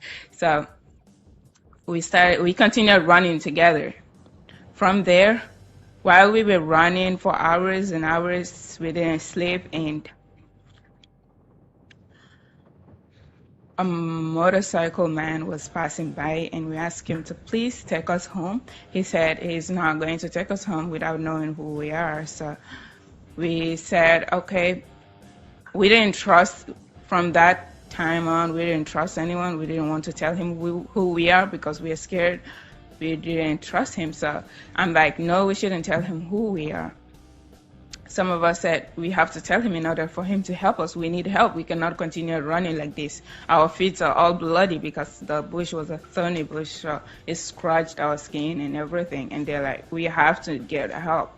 So we gave up at the end. We told him who we are. And he's like, yeah, sure, why not? So he took us back to Chibok. And while we went back to Chibok, parents from the schools went to the school and look, there are no students, and everyone is crying, where are the students? When they saw us, they gathered around, where are the rest of the girls? We're like, we jumped out of the truck, we don't know. Some of them jump out as well, so I don't know if your kids are in it, if your daughter is in it, but we don't know, so they might get back. So be patient, and we just comfort them, everyone is crying. While I went home, my mom was as well crying, like I am dead. So my neighbors were there for her, comforting her and everything. And 2 congresswomen from the United States, Congress Wilson and Joyce, they went to Nigeria to hear the story from us because they have been hearing like a little bit of the story. They don't know the complete story. So they went to Nigeria to hear from the students who escaped. And that was how she looked for a scholarship here for us to continue our studies. And I didn't want it to continue studying because of what they said at that time. But when I was accepted in Grundy, Virginia, I'm like, okay, I want to become a doctor, save lives. Then if I do not go to school, that is not going to be possible. So I have to go to school. I'm thinking of making that decision while I'm still thinking that the voice that says, do not go to school, or else wherever you go, do not think you're safe. We're going to get you. So that voice is still there, and I'm still deciding. I'm like, okay, fine. I'm going to go to school no matter what. So I'm not giving up my dreams. I'm going. And that was how I made the decision of coming here to continue my study. My own prayers and hope is like for schools to be protected and for students not to go through what I went through, because it wasn't a good experience, and no student will want to go. I will never want to repeat that horrible experience. So I do not want any student to go through that same experience. And the way that will happen is if schools are protected. So my own advice is the government need to protect schools for students to go and study their careers and go out and just change the world, be involved. Without education, then we'll not even all be here. Like, everyone has a good position because of an education. So why preventing other children of their own right? Like, it's the right of every child to go to school. That's what I believe. So if schools are protected, if the government protects its people, and the students are being protected and feel safe to study, then they will study their career and go out and be.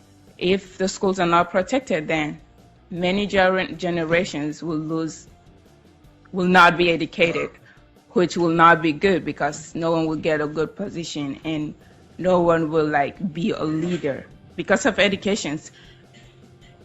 Some of us got to be presidents, ambassadors, chairmen, and we just have good positions. Then why is it that we cannot protect other students to study? Another day we will not all be here. Then the young generations need to be in that same position in order to make the nations, to make the countries move on. So if we are not protected to study in a safe place, and then we are being attacked, killed, and by people who do not believe in education, then all that dreams and hope and the dreams and hope of children studying and becoming something in the future to help the nations, then it will not be possible.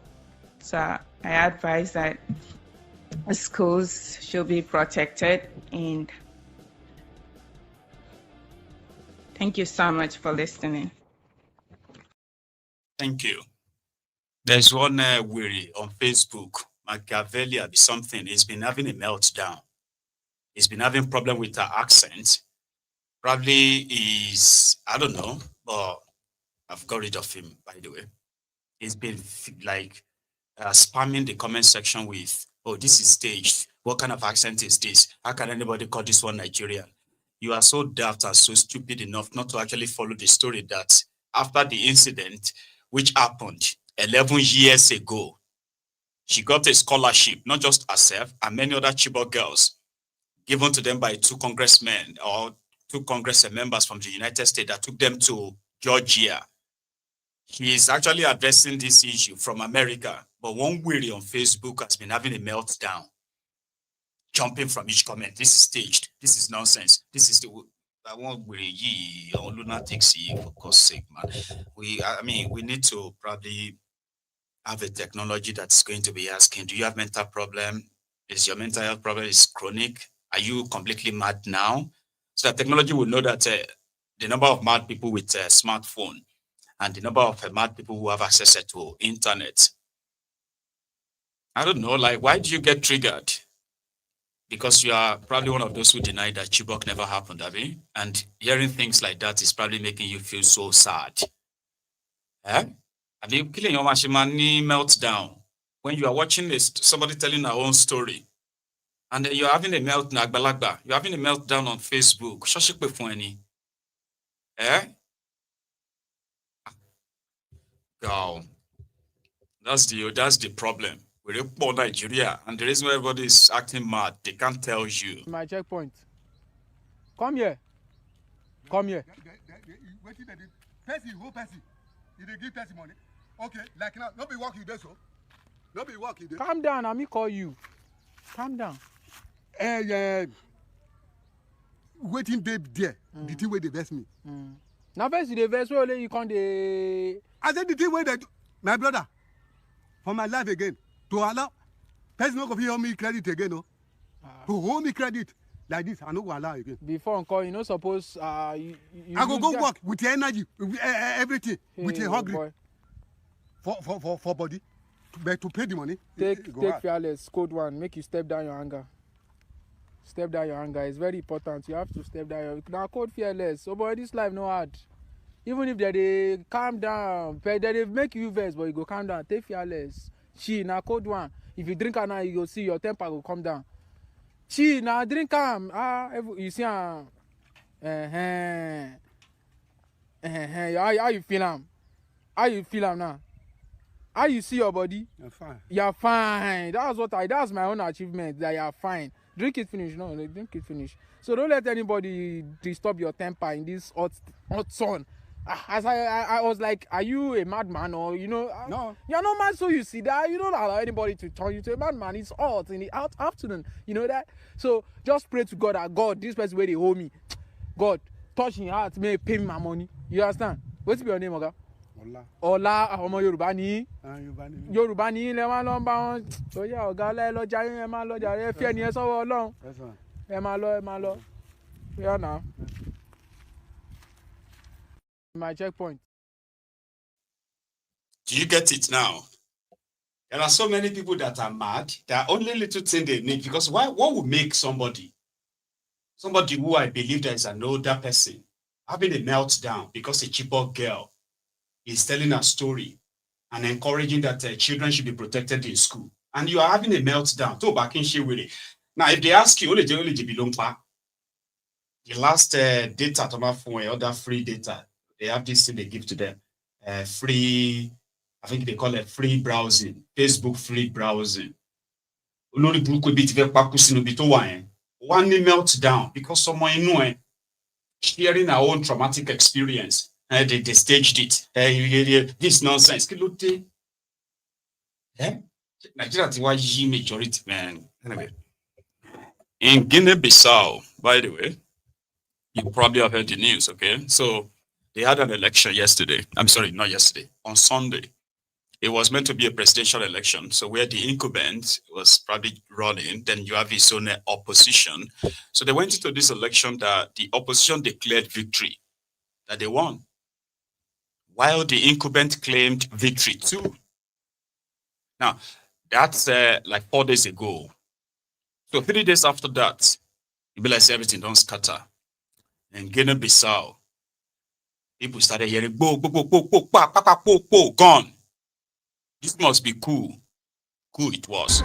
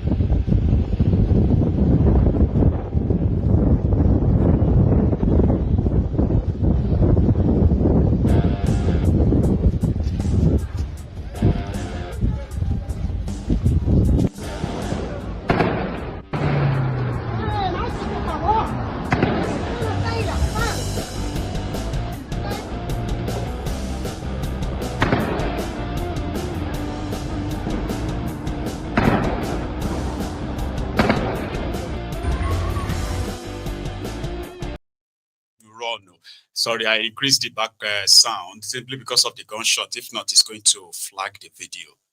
You know, they did pa, pa, pa. And indeed, it was a coup, because moment after that, the president of the country got arrested. A member of his, senior member of the government who were around were also rounded up. The person that led the coup happened to be the chief of army staff. It's like the head of the military security, presidential guard or something, right? So his own speech. Read the subtitle. I'll take this off the screen so you can read what he's saying, why they planned the coup. Denise Nkanha, chefe da Casa Militar do Presidente da República. O alto comando militar para a restauração de segurança nacional e ordem pública. Comunicado. Instaurado pela alta chefia de diferentes ramos das Forças Armadas, o alto comando militar para a restauração de segurança nacional e ordem pública acaba de assumir plenitude dos poderes do Estado da República da Guiné-Bissau. Profundamente comprometido com os valores de segurança nacional, paz civil, da defesa da integridade territorial e independência da Guiné-Bissau, o alto comando militar para a restauração de segurança nacional e ordem pública reage à descoberta de um plano em curso de desestabilização do nosso país, para a operacionalização da qual se montou um esquema operacional oriundo de alguns políticos nacionais com a participação do conhecido barão de droga. nacionais e estrangeiros, bem como tentativa de manipulação de resultados eleitorais. A efetivação desse plano foi descoberto pelo Serviço de Informação de Estado um depósito de armamento de guerra. Assim, até que toda a situação seja convenientemente esclarecida e reposta as condições para o pleno retorno à normalidade constitucional. O Alto Comando Militar para a Restauração de Segurança Nacional e Ordem Pública decide depor imediatamente o Presidente da República, encerrar até a novas ordens todas as instituições da República da Guiné-Bissau. Suspender novas ordens até novas ordens. So the point is that Coup tiwa, problem tiwa, ni Guinea-Bissau, power has changed hands. So another sheriff is in town, and of course, Nigerians can only imagine. Yeah, in everything you wish for that contraption, here you get. Don't wish for military coup. And if you wish for it as well, there is also going to be a bit of positive side to that eventually, because Omako accelerate the breakup of that Nigeria. But our time is stretched, but I want to take you to Ibadan. A very quick one. And also a quick reminder, okay? Like the broadcast if you haven't already. Subscribe to my channel as well, please. Right? So, the corridor road built by Solomon Kende Ibadan has generated a lot of problems because, according to the landowners or homeowners in Ologunero, there's a place called Ologunero along that corridor, where it was said that the former governor of the state, who is dead now, Ajirebi of Ibadan, was the one who approved the 500 meters space gap from the main road, from the road construction, without considering the properties of those who have already built their homes along that path before the roads was even done, right? So they've been protesting all this while. They have been frying akara that Solomon Kende will die if he continues to take their land and demolish their homes. So eventually he went to see them today. And the good news about their visit is that he has reduced the distance from the road, the meter, he has reduced it from 500 now to 150, and possibly promised to compensate those who have lost their properties as well in this. So that is expected to reduce tension. But all that happened at Ologunero today, for those of you who witnessed it live, to those of you who have properties along that route but didn't witness it today, I can show you what happened. First, from the the victims themselves, those who have been protesting in Ibadan. Now at Ologunero, they had a chance of speaking directly to Sheyi. Let's hear that. Àwọn èèyàn tó jókòó sí iPad bó kí yọ mo dẹ̀ kí tolórí tẹlẹ́mù tó wà ní ibi báyìí náà orúkọ tèmi ni Akínfẹ́miwá Àbáyọ̀mí. Ido is densely populated. If you can please, sir, take a little tour around Ido now, you will see how populated it is. Even the 150 right of way that is here. People are already crying, they are dying, so many people are in the hospitals. We have widows here, we have widowers, we have artisans that built these houses even for 10 years. Sir, I built my house for 10 years. I built it with the gratuity that was given to my late husband. I have 3 children, and so are other widows that are here. If you displace us, where do we go? What do? We have our businesses here. Our children go to school here. We worship here. Our root is planted here. Please, sir, we beg you, look on us with compassion. You have done it before at the music house. It's standing here today because of you. Please, sir, extend that act of compassion to us. Please, if you can help us reduce the 150 meters to 60 so that the disaster will not be too much. And please cancel the corridor. Please cancel the corridor. Where do we go? If you can cancel the corridor, voting so that any government coming shall know that yes, corridor has been cancelled. And for the record, sir, we are not the one frying Akara. It is the Ido local government chairman that's frying and said it is in your own instruction. They decided to play politics with him as well, like they denied. But yeah, was Makinde in his own response quickly.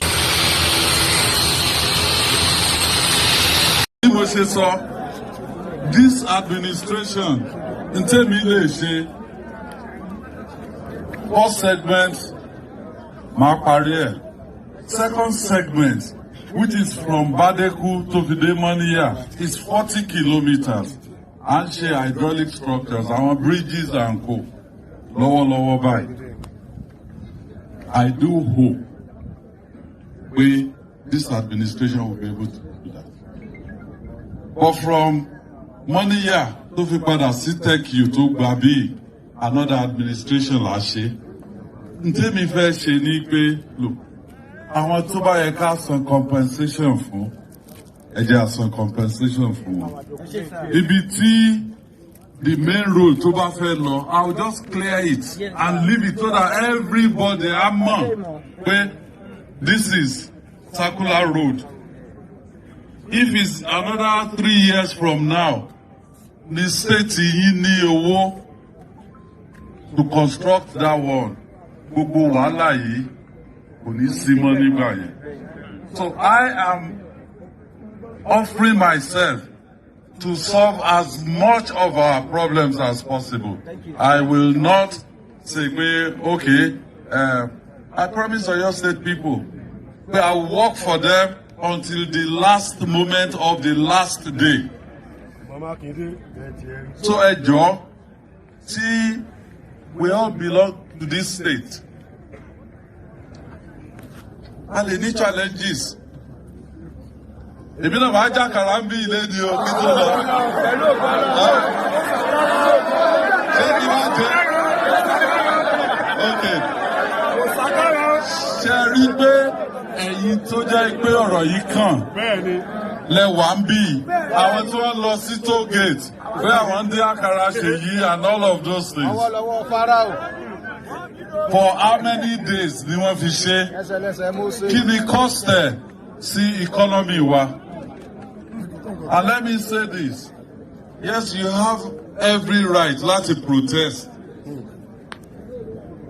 But àwọn kan náà ní every right láti go about their economic activities. Tóbi tí right ẹnìkan ti bẹ̀rẹ̀ tó parí sí ní tẹlòmíì ti bẹ̀rẹ̀. So I'm happy pé any strong association níbí. And the decision that I've taken, bí mo ṣe jókòó síbẹ̀ yẹn ni pé New Towns and Cities Development Authority òun nìkan the single point of responsibility. No more Ministry of Land, no more Surveyor General, no more anybody. You deal with New Towns and Cities Development Authority. They will set up a team. You will set up a team. No, as this says, no house will be demolished without any compensation. Now, issue here where you raise, I will personally call for it. If it is true, I shall touch it. I'm not saying I'm the most perfect human being. If you're not near label to me, Ọlọ́run nìkan ni ó gbọ́n tán tó gbọ́n tán. Tóbi tí àṣìṣe bá wà, we're ready to listen to you. It is your government. That is the law. Anyway, so that is what we're going to wrap it up at this evening. So thank you so much for your time, everyone. You should have a great evening and a wonderful night as well. But please like the broadcast as you are signing out. Thank you and a good night.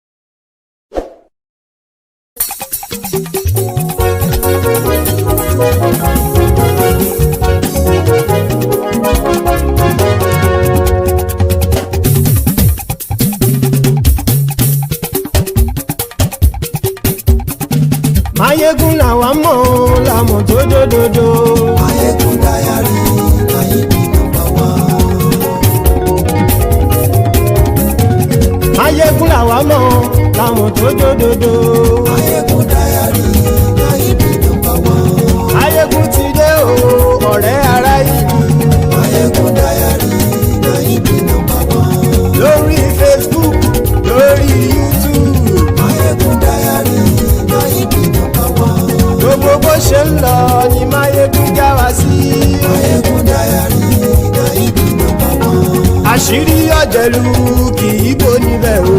Máyégún Diary Náíbì nọ́mbà wán. Bó bá ṣe eré àní Máyégún máa wí. Máyégún Diary Náíbì nọ́mbà wán. Ó sì tún ṣe eré wàá gbọ́ níbẹ̀ o. Máyégún Diary Náíbì nọ́mbà wán. Máyégún Diary political. Máyégún Diary Náíbì nọ́mbà wán. Godfatherism kò sí lọ́rọ̀ Máyégún. Máyégún Diary Náíbì nọ́mbà wán. Ẹ farabalẹ̀ sẹ́ o kẹgọ́rọ̀ lẹ́nu o. Máyégún Diary Náíbì nọ́mbà wán. Àní Máyégún làwa mọ̀ tójódodo. Máyégún Diary Náíbì nọ́mbà wán.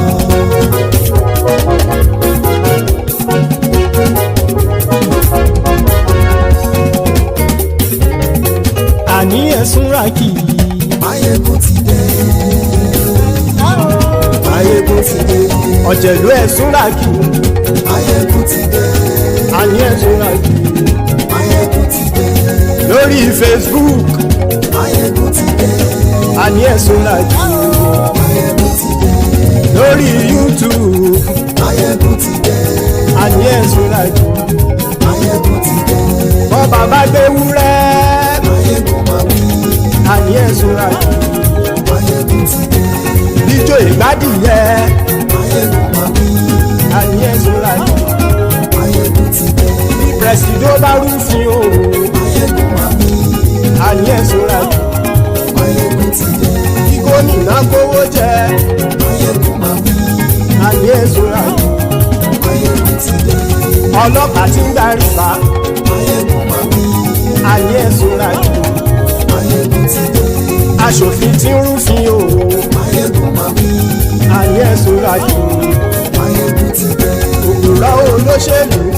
Máyégún máa wí. Àní ẹ̀sùn ràkì. Máyégún ti dé. Ọ̀jẹ̀lú ẹ̀sùn ràkì. Máyégún ti dé. Àní ẹ̀sùn ràkì. Máyégún ti dé.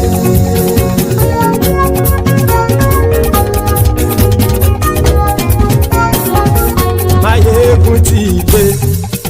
Gbogbo ọ̀jẹ̀lú ẹ̀sùn ràkì. Máyégún ti dé. Gbogbo ọ̀jẹ̀lú ẹ̀sùn ràkì. Ṣùgbọ́n ní bá ti ṣe èyí tó yẹ kí wọ́n ṣe, ọmọ bá dèrò ní fi wọ́n níran o. Máyégún ti dé. Gbogbo ọ̀jẹ̀lú ẹ̀sùn ràkì. Máyégún ti dé. Gbogbo ọ̀jẹ̀lú ẹ̀sùn ràkì. Ṣùgbọ́n ní bá ti ṣe yìí tó yẹ kí wọ́n ṣe, ọmọ bá dẹ́rọ̀ ò ní fi wọ́n níran. Wọ́n fowó bẹ́ẹ̀ o. Máyégún ó sọ pé wọ́n ò bẹ́ẹ̀. Wọ́n fowó bẹ́ẹ̀. Máyégún ó sọ pé wọ́n ò bẹ́ẹ̀. Oníkan ṣáàtì ṣe yìí tó yẹ kí wọ́n ṣe fáwọn ará ìlú tó gbé wọn débẹ̀ o. Ayé. Máyégún ti dé. Gbogbo ọ̀jẹ̀lú ẹ̀sùn ràkì. Máyégún ti dé. Gbogbo ọ̀jẹ̀lú ẹ̀sùn ràkì. Ṣùgbọ́n ní bá ti ṣe yìí tó yẹ kí wọ́n ṣe, ọmọ bá dẹ́rọ̀ ò ní fi wọ́n níran. Kì máa yí ṣe eré, ọ̀rọ̀ yìí kì í ṣe ẹ̀fẹ̀. Kì máa yí ṣe eré, ọ̀rọ̀ yìí kì í ṣe ẹ̀fẹ̀. Ẹni bá ti lè lẹ́bọ̀ lẹ́rù o, ọmọ bá dèrò kàṣà ìtú wọn síta. Máyégún ti dé. Gbogbo ọ̀jẹ̀lú ẹ̀sùn ràkì. Máyégún ti dé. Gbogbo ọ̀jẹ̀lú ẹ̀sùn ràkì. Ṣùgbọ́n ní bá ti ṣe yìí tó yẹ kí wọ́n ṣe, ọmọ bá dẹ́rọ̀ ò ní fi wọ́n níran. Tẹnitẹni ọmọ Máyégún ọ̀rẹ́ ara ìlú mọ̀mọ́ ni mo fọlọ́run ṣọ́ ẹ̀ bá kìlẹ́bù. Lóòótọ́ olódodo ìlú ọ̀tá ìlú mọ̀mọ́ ni ìwọ ṣá máa ń ṣọ́ra kò sì mọ́ bẹ̀rù. Bọ́tà ń lè rí bóníṣègùn lé káwọn mọ̀mọ́ fi ṣera wọn ni ó ti dẹrùn tí wọn ò gbọ́dọ̀ sì mọ́ bẹ̀. Èèpo ọ̀gọ̀ lọmọ bá dérò tàjẹ́ ò gbọ́dọ̀ jẹ́. Ó ti jọba lórí àbínú ẹni kò sì mọ́ bùyà. Àìsíwọ̀lú ní ẹnìkẹ́ ìgbódì ẹyin lábàrá o. Ó kó ẹni tó bá dán o àkàmù. Máyégún ti dé gbogbo ọ̀jẹ̀lú ẹ̀ túnra kì. Máyégún ti dé gbogbo ọ̀jẹ̀lú ẹ̀ túnra kì o. Ẹni bá ti ṣe èyí tó yẹ kí wọ́n ṣe ọmọ bá dèrò òní fi wọ́n níran o. Máyégún ti dé gbogbo ọ̀jẹ̀lú ẹ̀ túnra kì. Máyégún ti dé gbogbo ọ̀jẹ̀lú ẹ̀ túnra kì. Ṣùgbọ́n ní bá ti ṣe yìí tó yẹ kí wọ́n ṣe ọmọ bá dẹ́rọ̀ ò ní fi wọ́n níran.